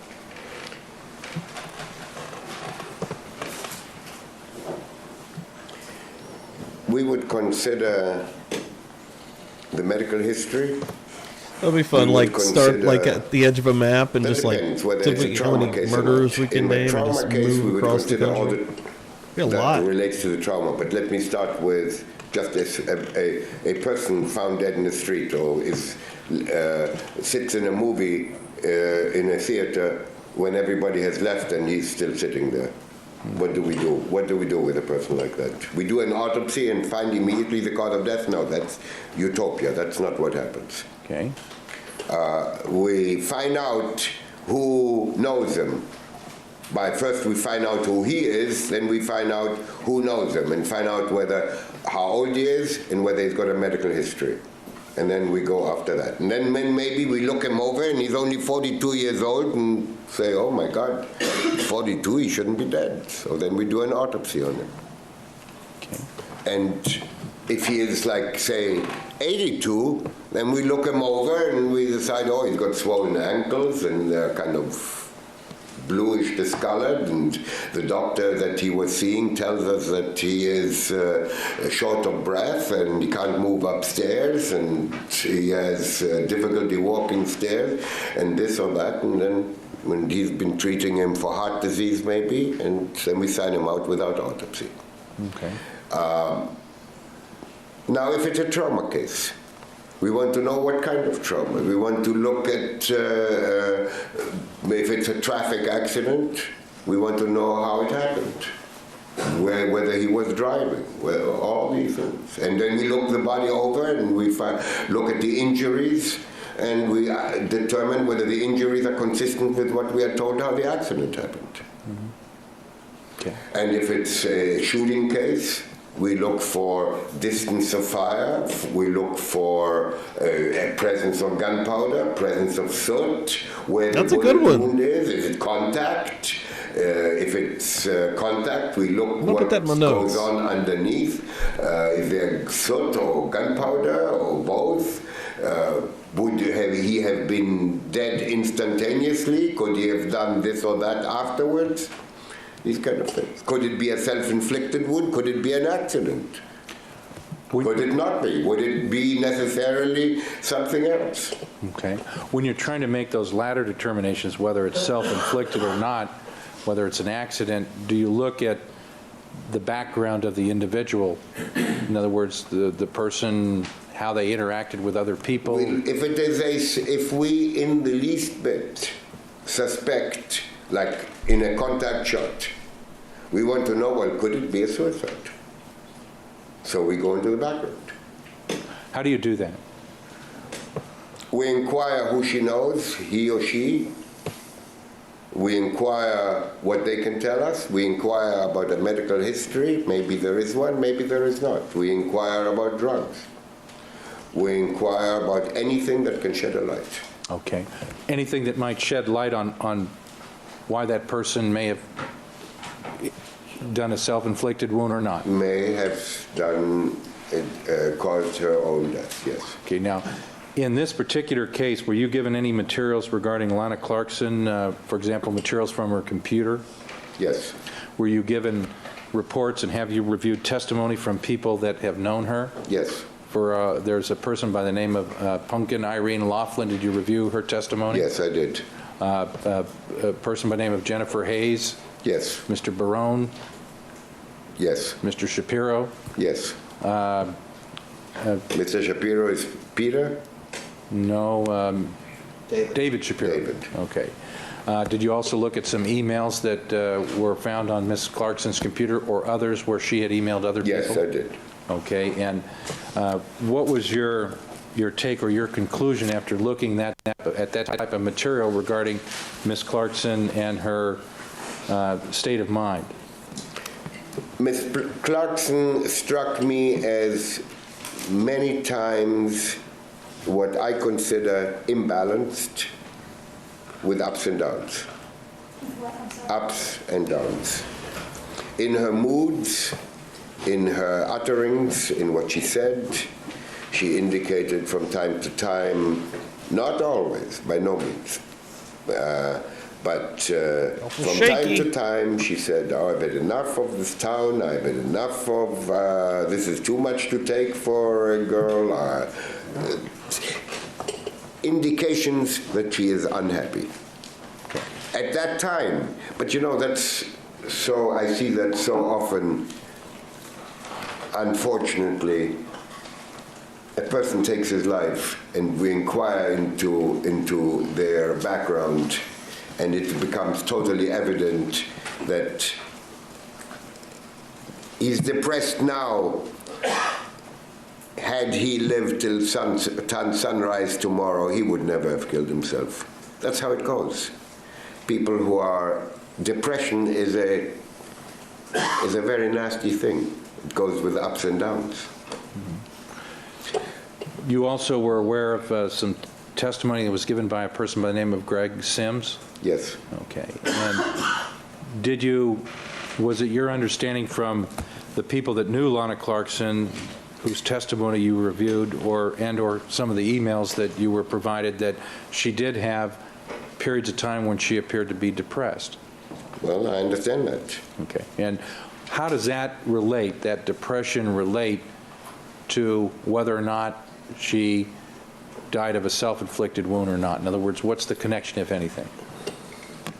You know, as I said early on, I don't know if this incident here was I didn't. I've never done contemplated. That. That's a good idea. And I just tossed it in the trash. Know that it was a lot of hair. I was like, it really could be used as a nest situation.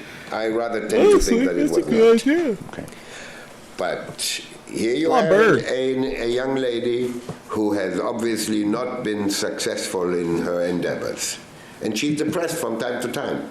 And she has been taking various kinds of drugs as well, as is evident not only by her medical history, but by her autopsy and by her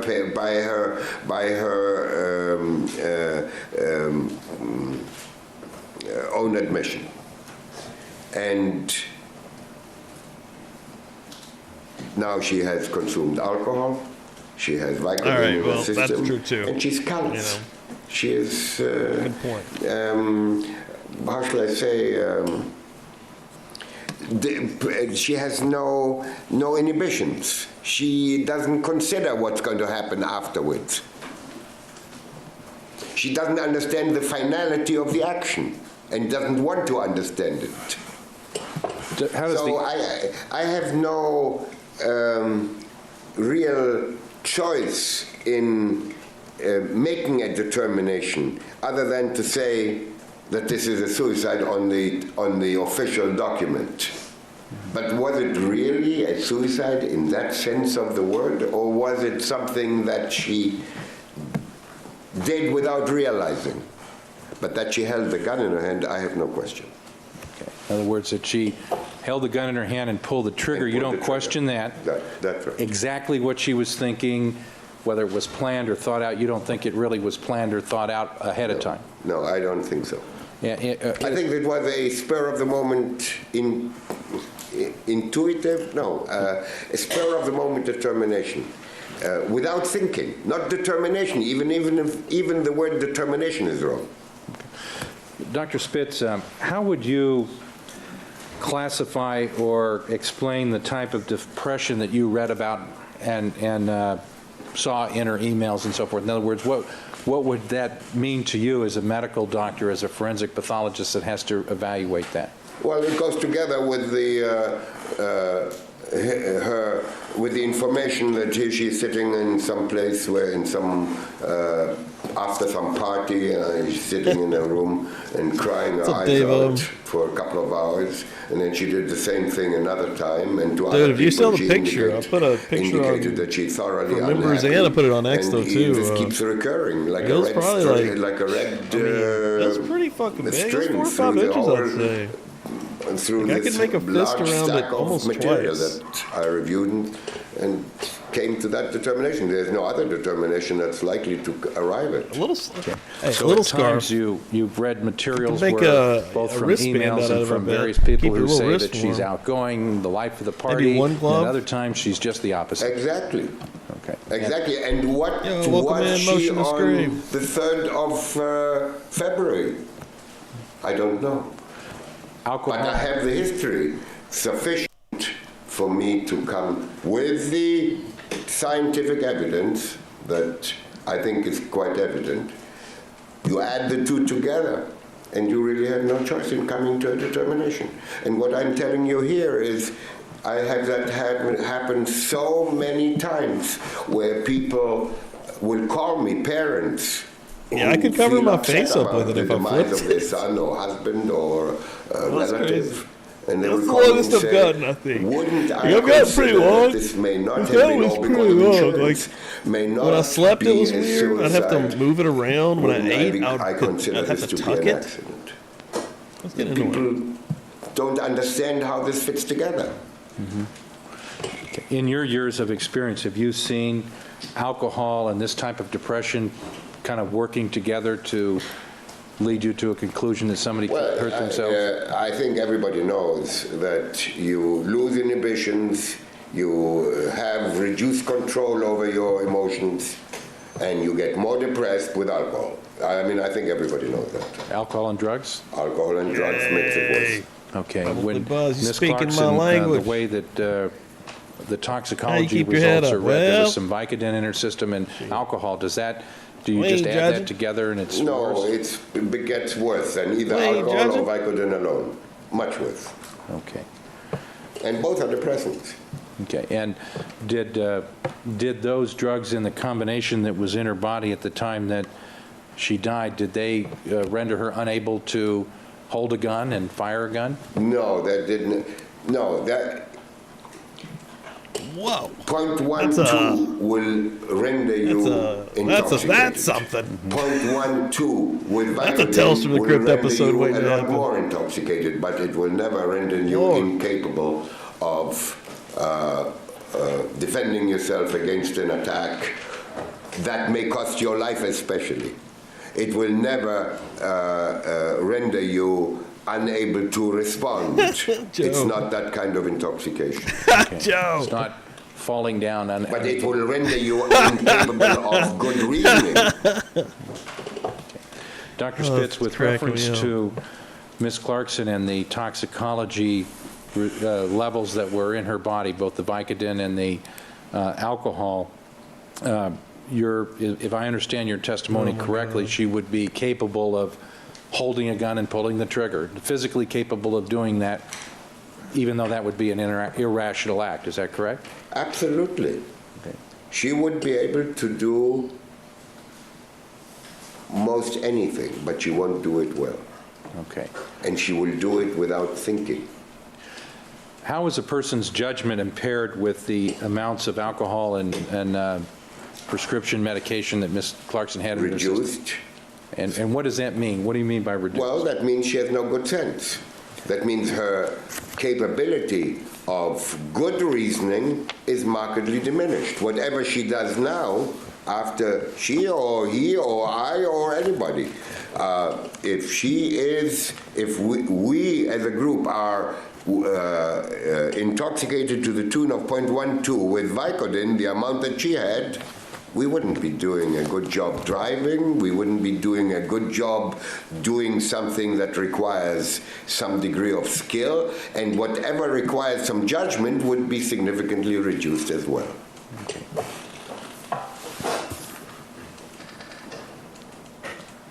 Is there anything about the physical evidence that you're aware of in this case, Dr. Spitz, that suggests to you that Ms. Clarkson that she died other than by a self-inflicted wound? In other words, is there some piece of physical evidence that doesn't support that?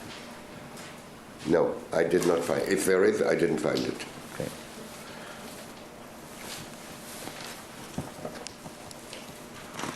If I could have a minute, Your Honor.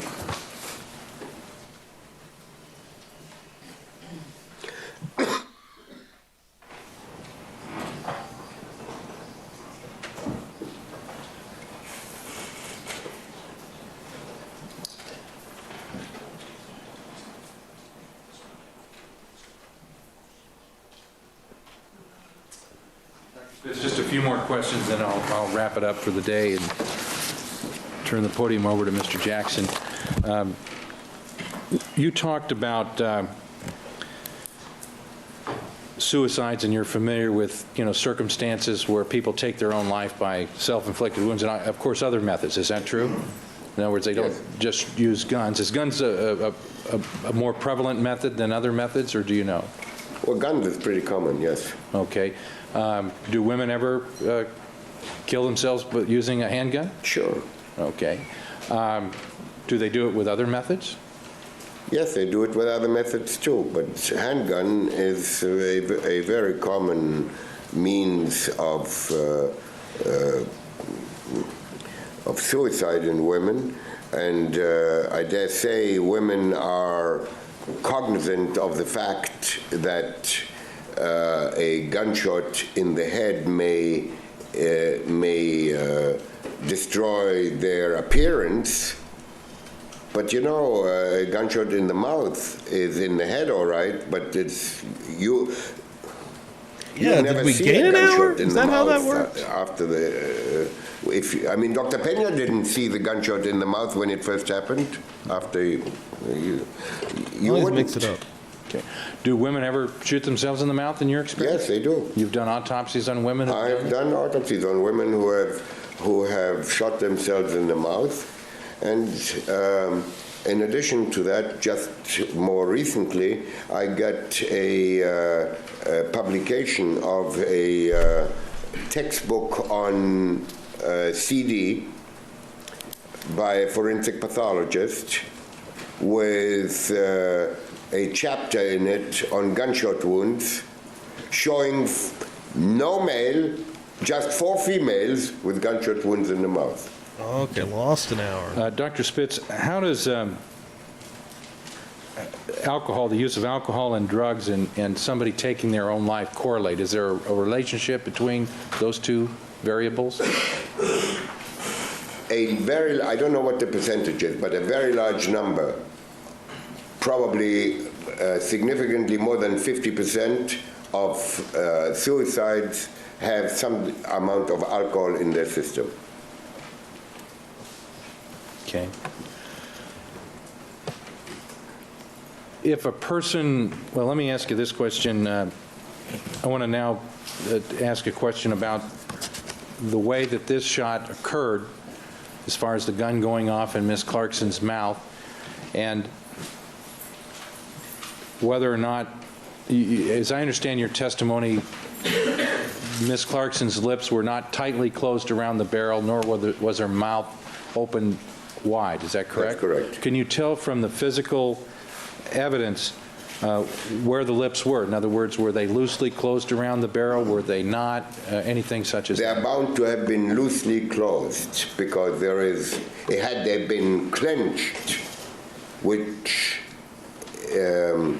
that would make unlikely this spatter that existed. Okay.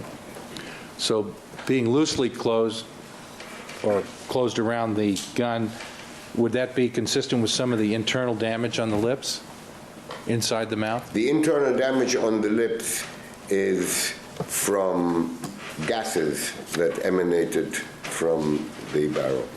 Okay. Now, Dr. Spitz, in some of the photographs of Ms. Clarkson at the scene, you see that her, I believe it's her left eye, it looks like it's got a bruise on it. Did you see that in the photographs? Yes. Is that bruise, was that something that was caused by the shot in the mouth, or was that something? That was caused, she also has blood coming out of her right ear. That is the result of the blast inside the mouth with damage to the bony structure of the facial skeleton. In the case of the eye, which is shown by the fractures that radiated into the eye socket. Oh, let me fix the fajitas. Also, more to the back, the fracture that radiated into the right ear mechanism, internal mechanism. Okay, so this blast caused other areas of the body, blood vessels to rupture and caused other bleeding, is that correct? Well, every time there's a fracture, there's, I know, there's some degree, soft tissue around the fracture, and furthermore, if there is a bone with bone marrow in it, the bone marrow will bleed. Okay, so the fact that she might have some bleeding, which might characteristically look like a black eye. No, this is not a black eye. Okay, this is not something happened before death. Nothing to do with black eyes. Okay. If I could have a minute. All right.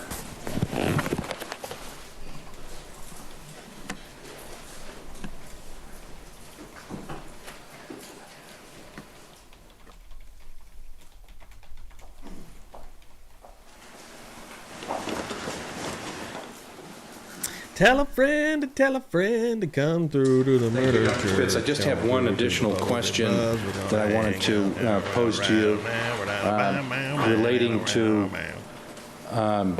the physical evidence that you're aware of and familiar with in this particular case. Are you able to say whether or not after Ms. Clarkson was shot, after the injury that she received and she became brain dead, whether any blood could have come out of her mouth after that point in time she was brain dead? Yes, my opinion is that there could have been blood coming out. And in fact, I think there was. Okay. And in your experience in going to death scenes or crime scenes, whatever the case may be, have you ever seen that type of phenomenon where somebody was brain dead but blood was able to come out of their mouth? Yes. Okay. And I want to watch that. I don't want to watch the movie. All of I want the to watch the movie. Pretty physical bad. evidence relating to Mr. Spector's jacket. Can you say whether or not any or all of that blood that was on his jacket could have come out of her mouth? You mean the blood on the left panel of his jacket? Right. Yes. No, I'll allow it, based upon his prior testimony of crime scenes where he's been in cases he's investigated. Overruled. You may answer. In consideration of the fact that there is intake of air and consequently output of air after brain death. Notice I did not say inhalation or expiration. Okay. There is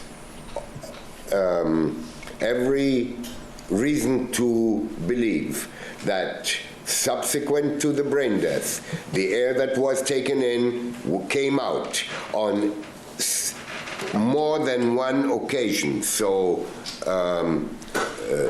something like air taken in and then.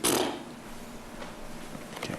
And when that occurs, if there's blood, and there was blood that was associated with this one. There's blood in the mouth. The heart is still beating. The mouth full of blood. Okay. So getting to that final point, in fact, Mr. Jackson asked you this during the break, did he? But whether blood could come out, you Yes. said he could. You answered his question.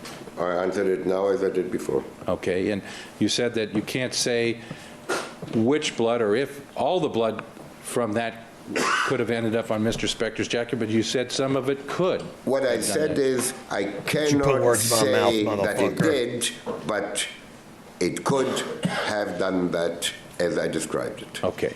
And even though she was brain dead, you know that there was blood deep inside her lungs, which indicated there was some Intake. Right. Okay. And that's not questioned in the autopsy at all, is that correct? In other words, there's no question about that physical finding, is there? No, there's no. I mean, it's not only in the autopsy report. All you do is look at the microscopic slides, hold them up to the light, and you'll see the blood in there. Yeah. Dr. Spitz, with reference to whether or not Ms. Clarkson died of a self-inflicted wound, do you believe to a reasonable degree of medical certainty that that's how she died? That's exactly what I think. Thank you. Nothing further. Thank you. Examination. And you're getting paid a Oh, lot of we're money getting for some that. cross. My God. No, I don't get paid. Yes, I do get paid a lot of money. That's true, but not for that opinion. What are you getting paid all that money for? What I'm getting paid for coming to California, for being away from my office, and from dedicating that time to another case. How much- out here? This is my third time out here. How much is that Third money? or fourth time. I'm sorry? How much is that money, sir? How much is the money that I receive for coming here? That's right. $5,000 per day. 5,000 a day? Yes. And how many days have you been out here? Damn. Getting You mean paid, this son. time or all other times? In total, Dr. Spitz. In total, I don't remember. I've been here 3 times. So that's at least 15,000 just for your trips out here. Oh, you're being mean. What, You're wait, not wait, wait, wait, 15,000. wait. Come on. Hang on. Let me No. see if I can be. you're Let me see if I can. 15,000, Hang on, Dr. Spitz. Hang what on am a I? second. I'm Dr. Spitz, we can't talk at the same time. Oh. Just a second. Sir, in this examination, please just answer the questions that are asked. Don't volunteer information. You may proceed. Thank you. Dr. Spitz, I'm not trying to be mean. I'm trying to do some basic math. Okay. Did you tell me that you make $5,000 a day working for Mr. Spector coming out here to California? Is that what you said? No. What? That's literally what you just said. You didn't. didn't say you make $5,000 a day? Yes, and I work at the behest of Mr. Plourde and Mrs. Barton. Okay, and of course, the client is Mr. Spector. Well, he is the reason why this proceeding is on. Yeah, Spitz is doing a terrible job of answering this question. The fact is that Mr. Jesus. Spector never invited me to come here. Well, that's because you're in communication with Mr. Plourde, correct? Well, yes, I'm in communication with Mr. Plourde, but I But came here at ultimately- Mr. Plourde's behest. I'm sorry. But ultimately, you're being paid by Mr. Spector. Yes, that's true. Thank you. And what you're being Spammy. paid, unless I heard you incorrectly, and I'm not trying to be mean, is that you make I didn't- $5,000 a day. Yeah, Is I that didn't correct? mean to say that you're mean, but I meant I don't really know the word. Doctor, all I asked you is, did you testify that you make $5,000 a day? Jesus. You've been out here 3 times, correct? So it's at That's least $15,000 $15,000. just for those 3 trips, correct? No. I didn't each time come for one day. So it's How more. many times did you come? 3 times, but not one day each time. You cannot come to California in one day and back. So you made more than $5,000 Exactly. a trip. Exactly. How much in total? That's why I said you're mean, because you take the minimum. Actually, I What? Okay, this is very confusing. was giving you a benefit that I should Never mind. Please don't Dude, I've give me made benefit. 50, 60K, bro. Fuck Tell out of us here. finally how much money you have made being employed by Mr. Plourde on behalf of Mr. Spector. How I much don't money? recall the exact amount, but I can tell you that what I do recall is that we sent a bill for $45,000. Wow, I wasn't even that far off. 45,000. Wow. Holy shit, we're in the wrong business. We're in the wrong You indicated, motherfucking business, and son. Jesus think, Christ. Yeah, I didn't unfortunately, think he was bragging at Or maybe first. fortunately. Good I'm not going to finish today. Lord. So I'm just going to touch on a few subjects that Mr. Plourde touched on, and then we're going to probably wrap it up right around 4 o'clock, I'm assuming. Oh, yeah, guaranteed working for folks like Weinstein and one of the things that you Spacey. said just before He's a Hollywood Mr. boy. Plourde sat down and finished his direct He examination tries to help out was, these fuckfaces. in most intraoral gunshot wounds, And they got the money. you've seen them to be suicides, correct? Would you That was do me a hilarious. favor Sure. and say it again? Most of the intraoral gunshot wounds that you're aware of tend to be suicide rather than homicide, You correct? mean in general or general. in my practice? In general. by far, yes. All right, but that means that, in fact, there are some that you're aware of, maybe not personally, but there are those intraoral gunshot wounds out there that are homicides, correct?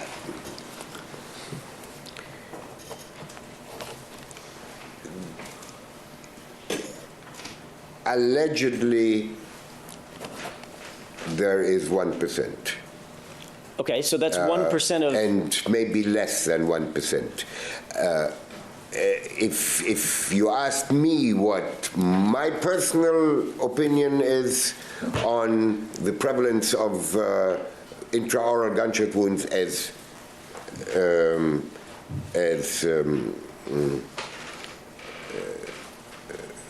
other than suicides, I would have to tell you, unfortunately, in my practice, I cannot cite a single case. All right. Damn, I'm not asking Strychnine you busting about in here. your Said practice. I'm asking 24 you about months what in this you're aware of in other motherfucker. literature and the Damn, literature across the son. country and across the globe. Two There are intraoral fucking gunshot years wounds. There probably representing the There are bus intraoral station. gunshot There probably are, yes. Do me a favor. Happy anniversary. Damn, Happy anniversary. son. Thank you so much, Strychnine. Crazy numbers out here bumping, son. Wait till I finish my question. Okay, this will go a lot smoother. There are intraoral gunshot wounds that, in fact, are homicides. Well, there probably are. Yes. All right. So you're certainly that's not cool. saying that in your practice, when you were chief medical examiner in Wayne County, for instance, that if there was an You in the intraoral book gunshot club, wound, Strychnine? that you just You coming through on slide it across Tuesdays? your desk and hit a stamp, boom, that says suicide and do no further investigation. That would be irresponsible, would it not? Well, it's not something I do.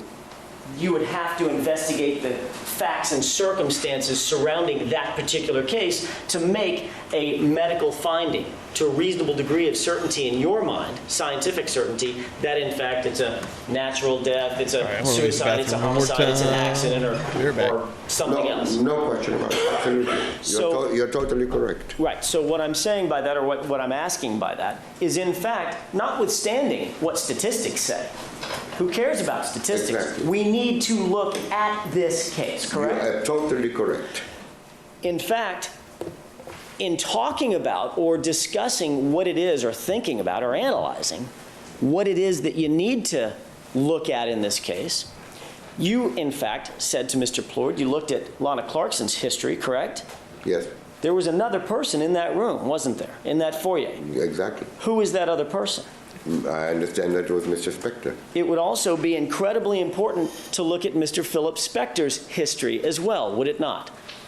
Well, but he's a passive individual here. Well, I that, would have to look in order to tie him into this scenario. I would have I'm sorry to interrupt you. Your opinion is... Let him finish. Let him finish his answer. Sure. I would have to look at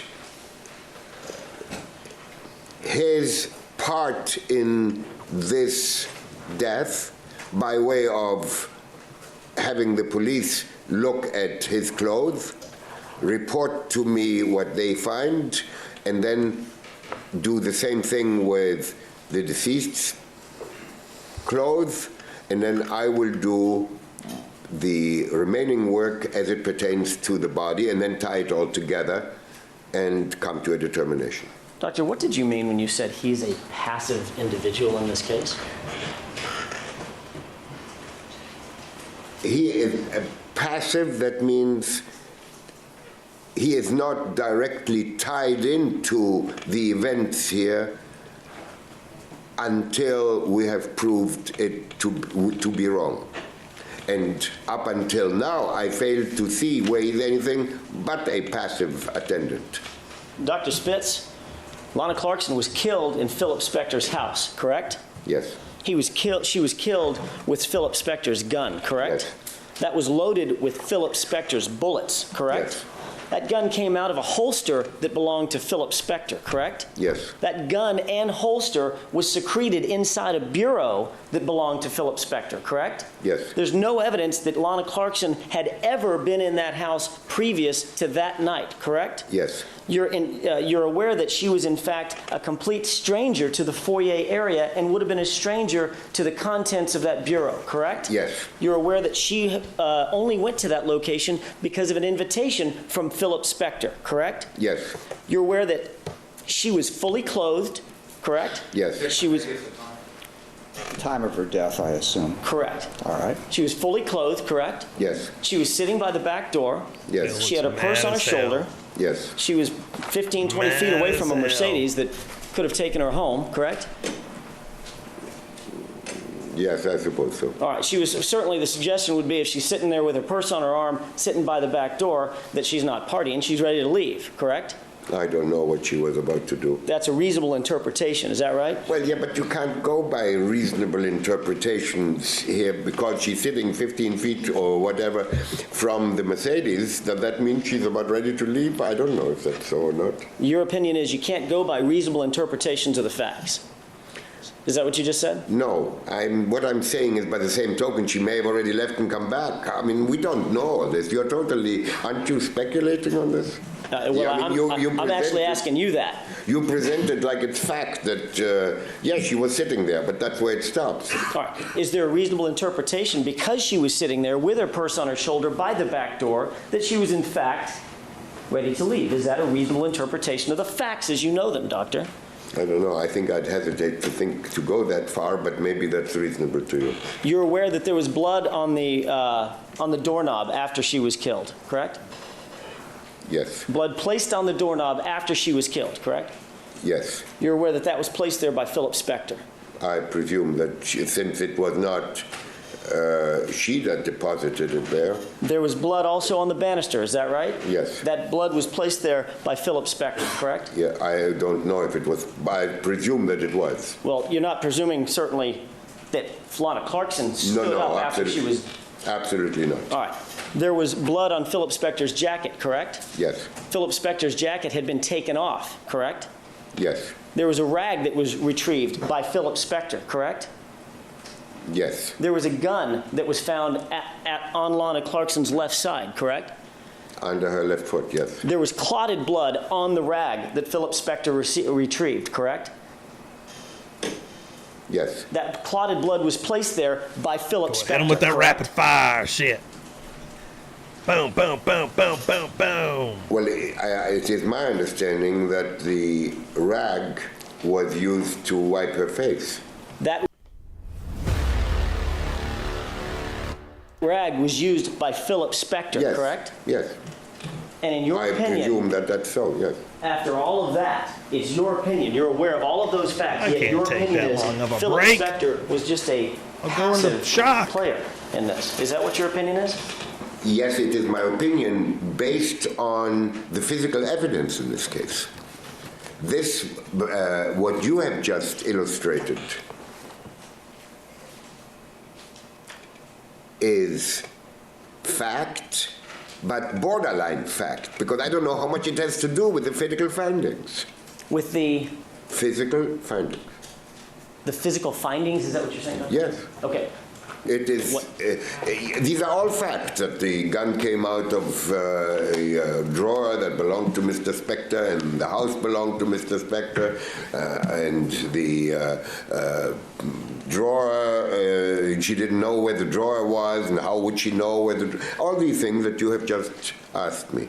I agree with all of them, but you don't know what really, in the absence of a video camera that took pictures of this, you don't have an idea of what transpired there that evening. And I don't either. Therefore, I have to go on more than just innuendo and speculation. I have to analyze the facts.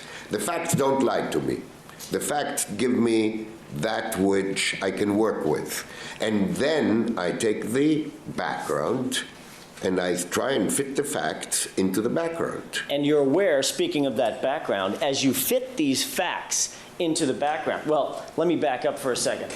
Dr. Spitz, you're aware that the facts of this case, those facts that do not lie to you, indicate that Lana Clarkson had Philip Spector's gun in her face filled with Philip Spector's bullets in Philip Spector's house after Philip Spector invited her home, and she was shot to death in Philip Spector's foyer, correct? Those are the facts that don't lie to you, correct? Excuse me, but the question was so long that by the time you finished, I forgot the beginning. So if you don't mind breaking it down or saying it again, I'll please. repeat it again, sure. Please. You're aware that these facts that you say don't lie to you include the following. Lana Clarkson was killed with Philip Spector's gun, yes? Yes. She was killed with Philip Spector's bullet, correct? Yes, That was loaded in Philip Spector's gun, yes? yes, And it was found in Philip Spector's bureau. yes. That gun was in Lana Clarkson's face, correct, when it was fired? Overruled. Is that right? And when I say that, I'm talking colloquially, it was in her face. It was in her mouth. Yes. Literally inside of her face. And she died sitting in Philip Spector's chair in Philip Spector's foyer, correct?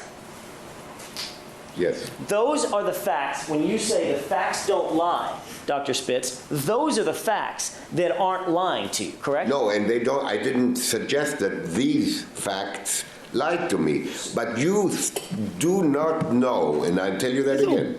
You do not know Opining a little too much when you don't need to what there, Spitz. transpired between You answered the the parties questions. here and those circumstances that, as you have just illustrated them, that led to Lana Clarkson picking up the gun, holding it into her mouth, and firing the bullet that killed her. You don't know anything other than that, plus that Mr. Spector was maybe on his way to her as he heard the gunshot. You don't know any of that. I don't either. Therefore, I base my give you one. opinions on that which I found. We need it, actually, with, ladies and gentlemen, in this corner, Alan Jackson against Dr. Werner Spitz. Opening bells to the contest. By way of those things that I use every day for coming to those opinions. And of course, those facts that don't lie to you, Dr. Spitz, you need a little help interpreting what happened inside that foyer. Isn't that right? That's what you're saying. Well, yes, I do need some help. I need Okay. to. The help that I need is either retrieving information out of my own brain or else consulting with other forensic pathologists if I should find it necessary to do that, or just thinking hard and long about what transpired here, and I Joe. come invariably back to the Said it again, hard and where long. to the original premise where I cannot make a decision that is consistent with everything in the absence of a video, So and in you other- cannot either. So in other words, Dr. Spitz, what you're saying Very is angry based on the about that. physical findings alone, you cannot, as a medical expert, you cannot make a determination as to whose finger was on that trigger. Isn't that true? No, I can tell you, since there were only two people, Correct. that Mr. Spector does not meet the qualifications of having had his finger on that trigger because he wasn't close enough to Lana Clarkson. He wasn't close enough, Dr. No. Spitz. Is that your opinion? That's my opinion. But if he was close enough, for instance, if in fact the physical evidence suggested, and I want you to assume a hypothetical for me, please, if the physical evidence suggested that Philip Spector was in fact close enough to have fired the weapon, then that in fact would be something you'd have to consider as a medical expert, wouldn't you? Would you kindly share with me where you got that information I from? would kindly that, ask you to answer my question is what I would Well, I don't ask you to know. do. I don't know where. This is not my opinion at all. So if I gave you an opinion on that score, I would love to know how. Maybe there's some other things that I'm missing. Dr. Spitz, all I'm asking you is if I give you the hypothetical, if you assume, for purposes of my question, that Philip Spector, the physical evidence, established that Philip Spector could have been standing within 2 feet of Lana Clarkson, would you, as a medical expert, consider that in making a determination as to homicide I mean, if or I'm a juror and I'm suicide? seeing The physical Spitz act like Some this, I'm like, facts, Jesus not Christ. Opinion, it's based on an opinion. 2, it's argumentative. Is that it? That's it. Overruled. Is there one that I missed, Ron? I'll let you know if I think of Now you're one. being paid by the defense here for Spector, but come on, If, with that gotta be a little less hypothetical, bias. I think you're talking about a different case. No, Dr. If Spitz. Mr. Spector can be He's shown asking to a me hypothetical and he won't even to answer. be And acting like it's confusing. at Maybe it is confusing. the in such Right, proximity Brooklyn? to Miss Clarkson to enable him to fire the gun, I would have to reconsider my opinions. But that's not my opinion. All right, sir, for the purpose of the hypothetical, the facts are, for the purpose of the hypothetical, that he was within 2 feet. God. Now, given that, Like you're he won't being even get asked close to a offer an opinion. hypothetical. As I said, Your Honor, I do not have an opinion, and right now.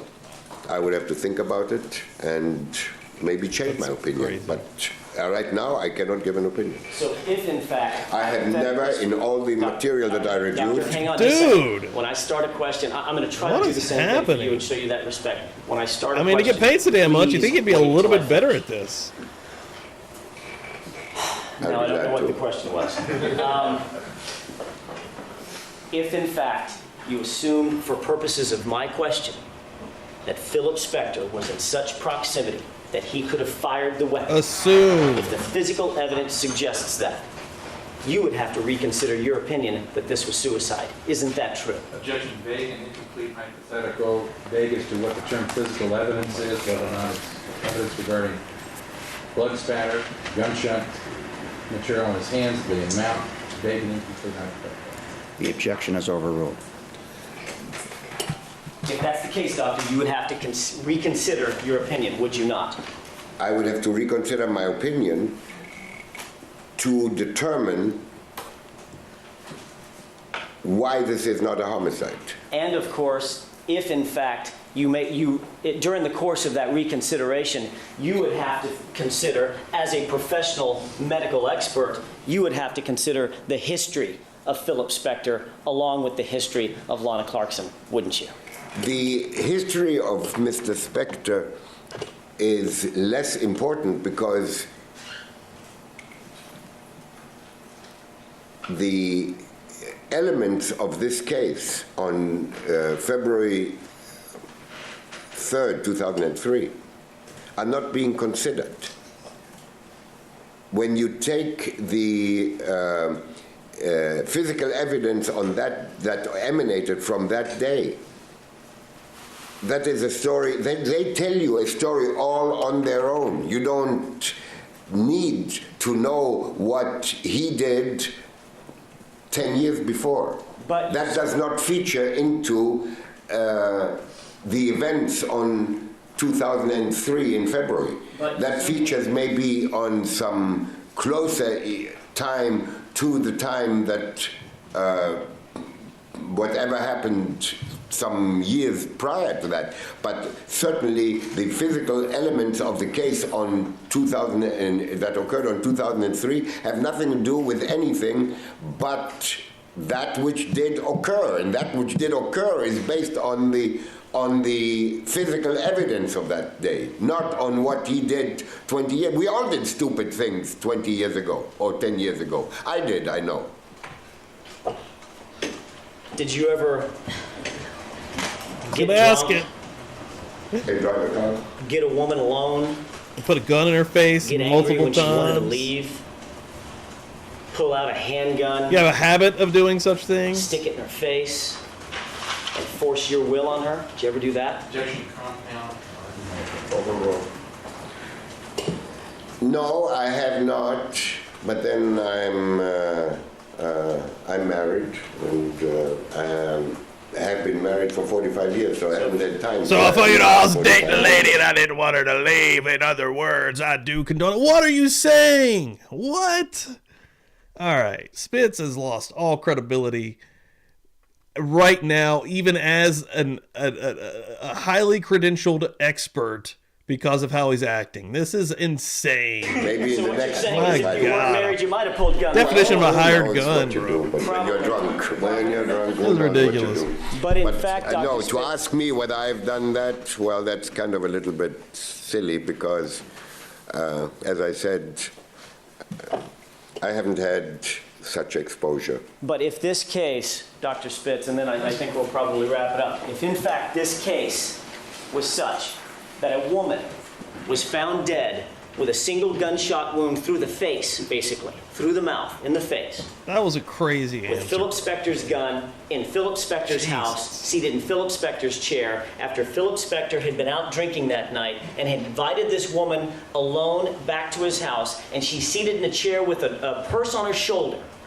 If that's the circumstances, or if those are the circumstances that you are confronted with, is it your medical opinion as a forensic pathologist that it would be unimportant that Philip Spector, over and over and over and over in his past, has asked women to come back with him to his house, get him alone, get drunk, when they want to leave, pulls weapons on them, and sticks those guns in their face? Would that be unimportant to you? My opinion is that I would hate to consider those elements to prove a case in the presence of the physical Not to evidence prove that it. exists. You've got to take into Deny the physical consideration. evidence, throw it out, no physical With the evidence. facts. Mr. X has a history of waving guns at women, and therefore I'm going to convict him now. That's the country I live in? In fact, Doctor, going back to that physical Ridiculous evidence, argument. I think you just told us. But if the physical Ridiculous. evidence put Philip Spector in a position so that he could pull that trigger, you'd reconsider, or at least you'd think about the opinion that you came to. Isn't that What true? what I would consider Thank you, is, Mark. what have I overlooked here in the Bro. physical evidence that now it comes up that, well, he wasn't standing 6 or 8 or whatever feet away from her, he was actually standing 1 foot away from her. That's what I'd have to consider. Thank you. That's all I have for today. I would like to tomorrow, I know that a juror has a 3 o'clock appointment. I would like to, if possible, get started at 9 o'clock. All right, everybody's good? 9 We're not o'clock done tomorrow, yet. We ladies still got and gentlemen. Keep more in mind the admonition spiciness you're coming tomorrow up at on the 9 next o'clock. Thank you. episode. Holy shit. I might go back into this Tuesday. This was hot. We're going into part 6. I want to see how long it'll be. An hour 14. We may do that Tuesday night. Holy shit. That was pretty fucking fiery. Good Lord. But, I mean, I honestly enjoyed his testimony with Plord the entire time. There's lots of good information to be had in there. But good Lord. How in the hell can you expect a juror? I mean, that's essentially what we are right now watching this. An answer like that. I mean, my God, you got to be a little bit quicker on your feet. You're making $50,000 for 3 trips out to LA. My God, I don't know. That was pretty interesting. That was spicy. That was good. Yeah, we'll be back in here Tuesday night, I think 8 p.m. Eastern time, getting into some of that because I want to see some more of that. Good Lord, that was interesting. We will be back tonight, though, ladies and gentlemen. I'm actually going to send you into that stream, 3 p.m. Eastern time today.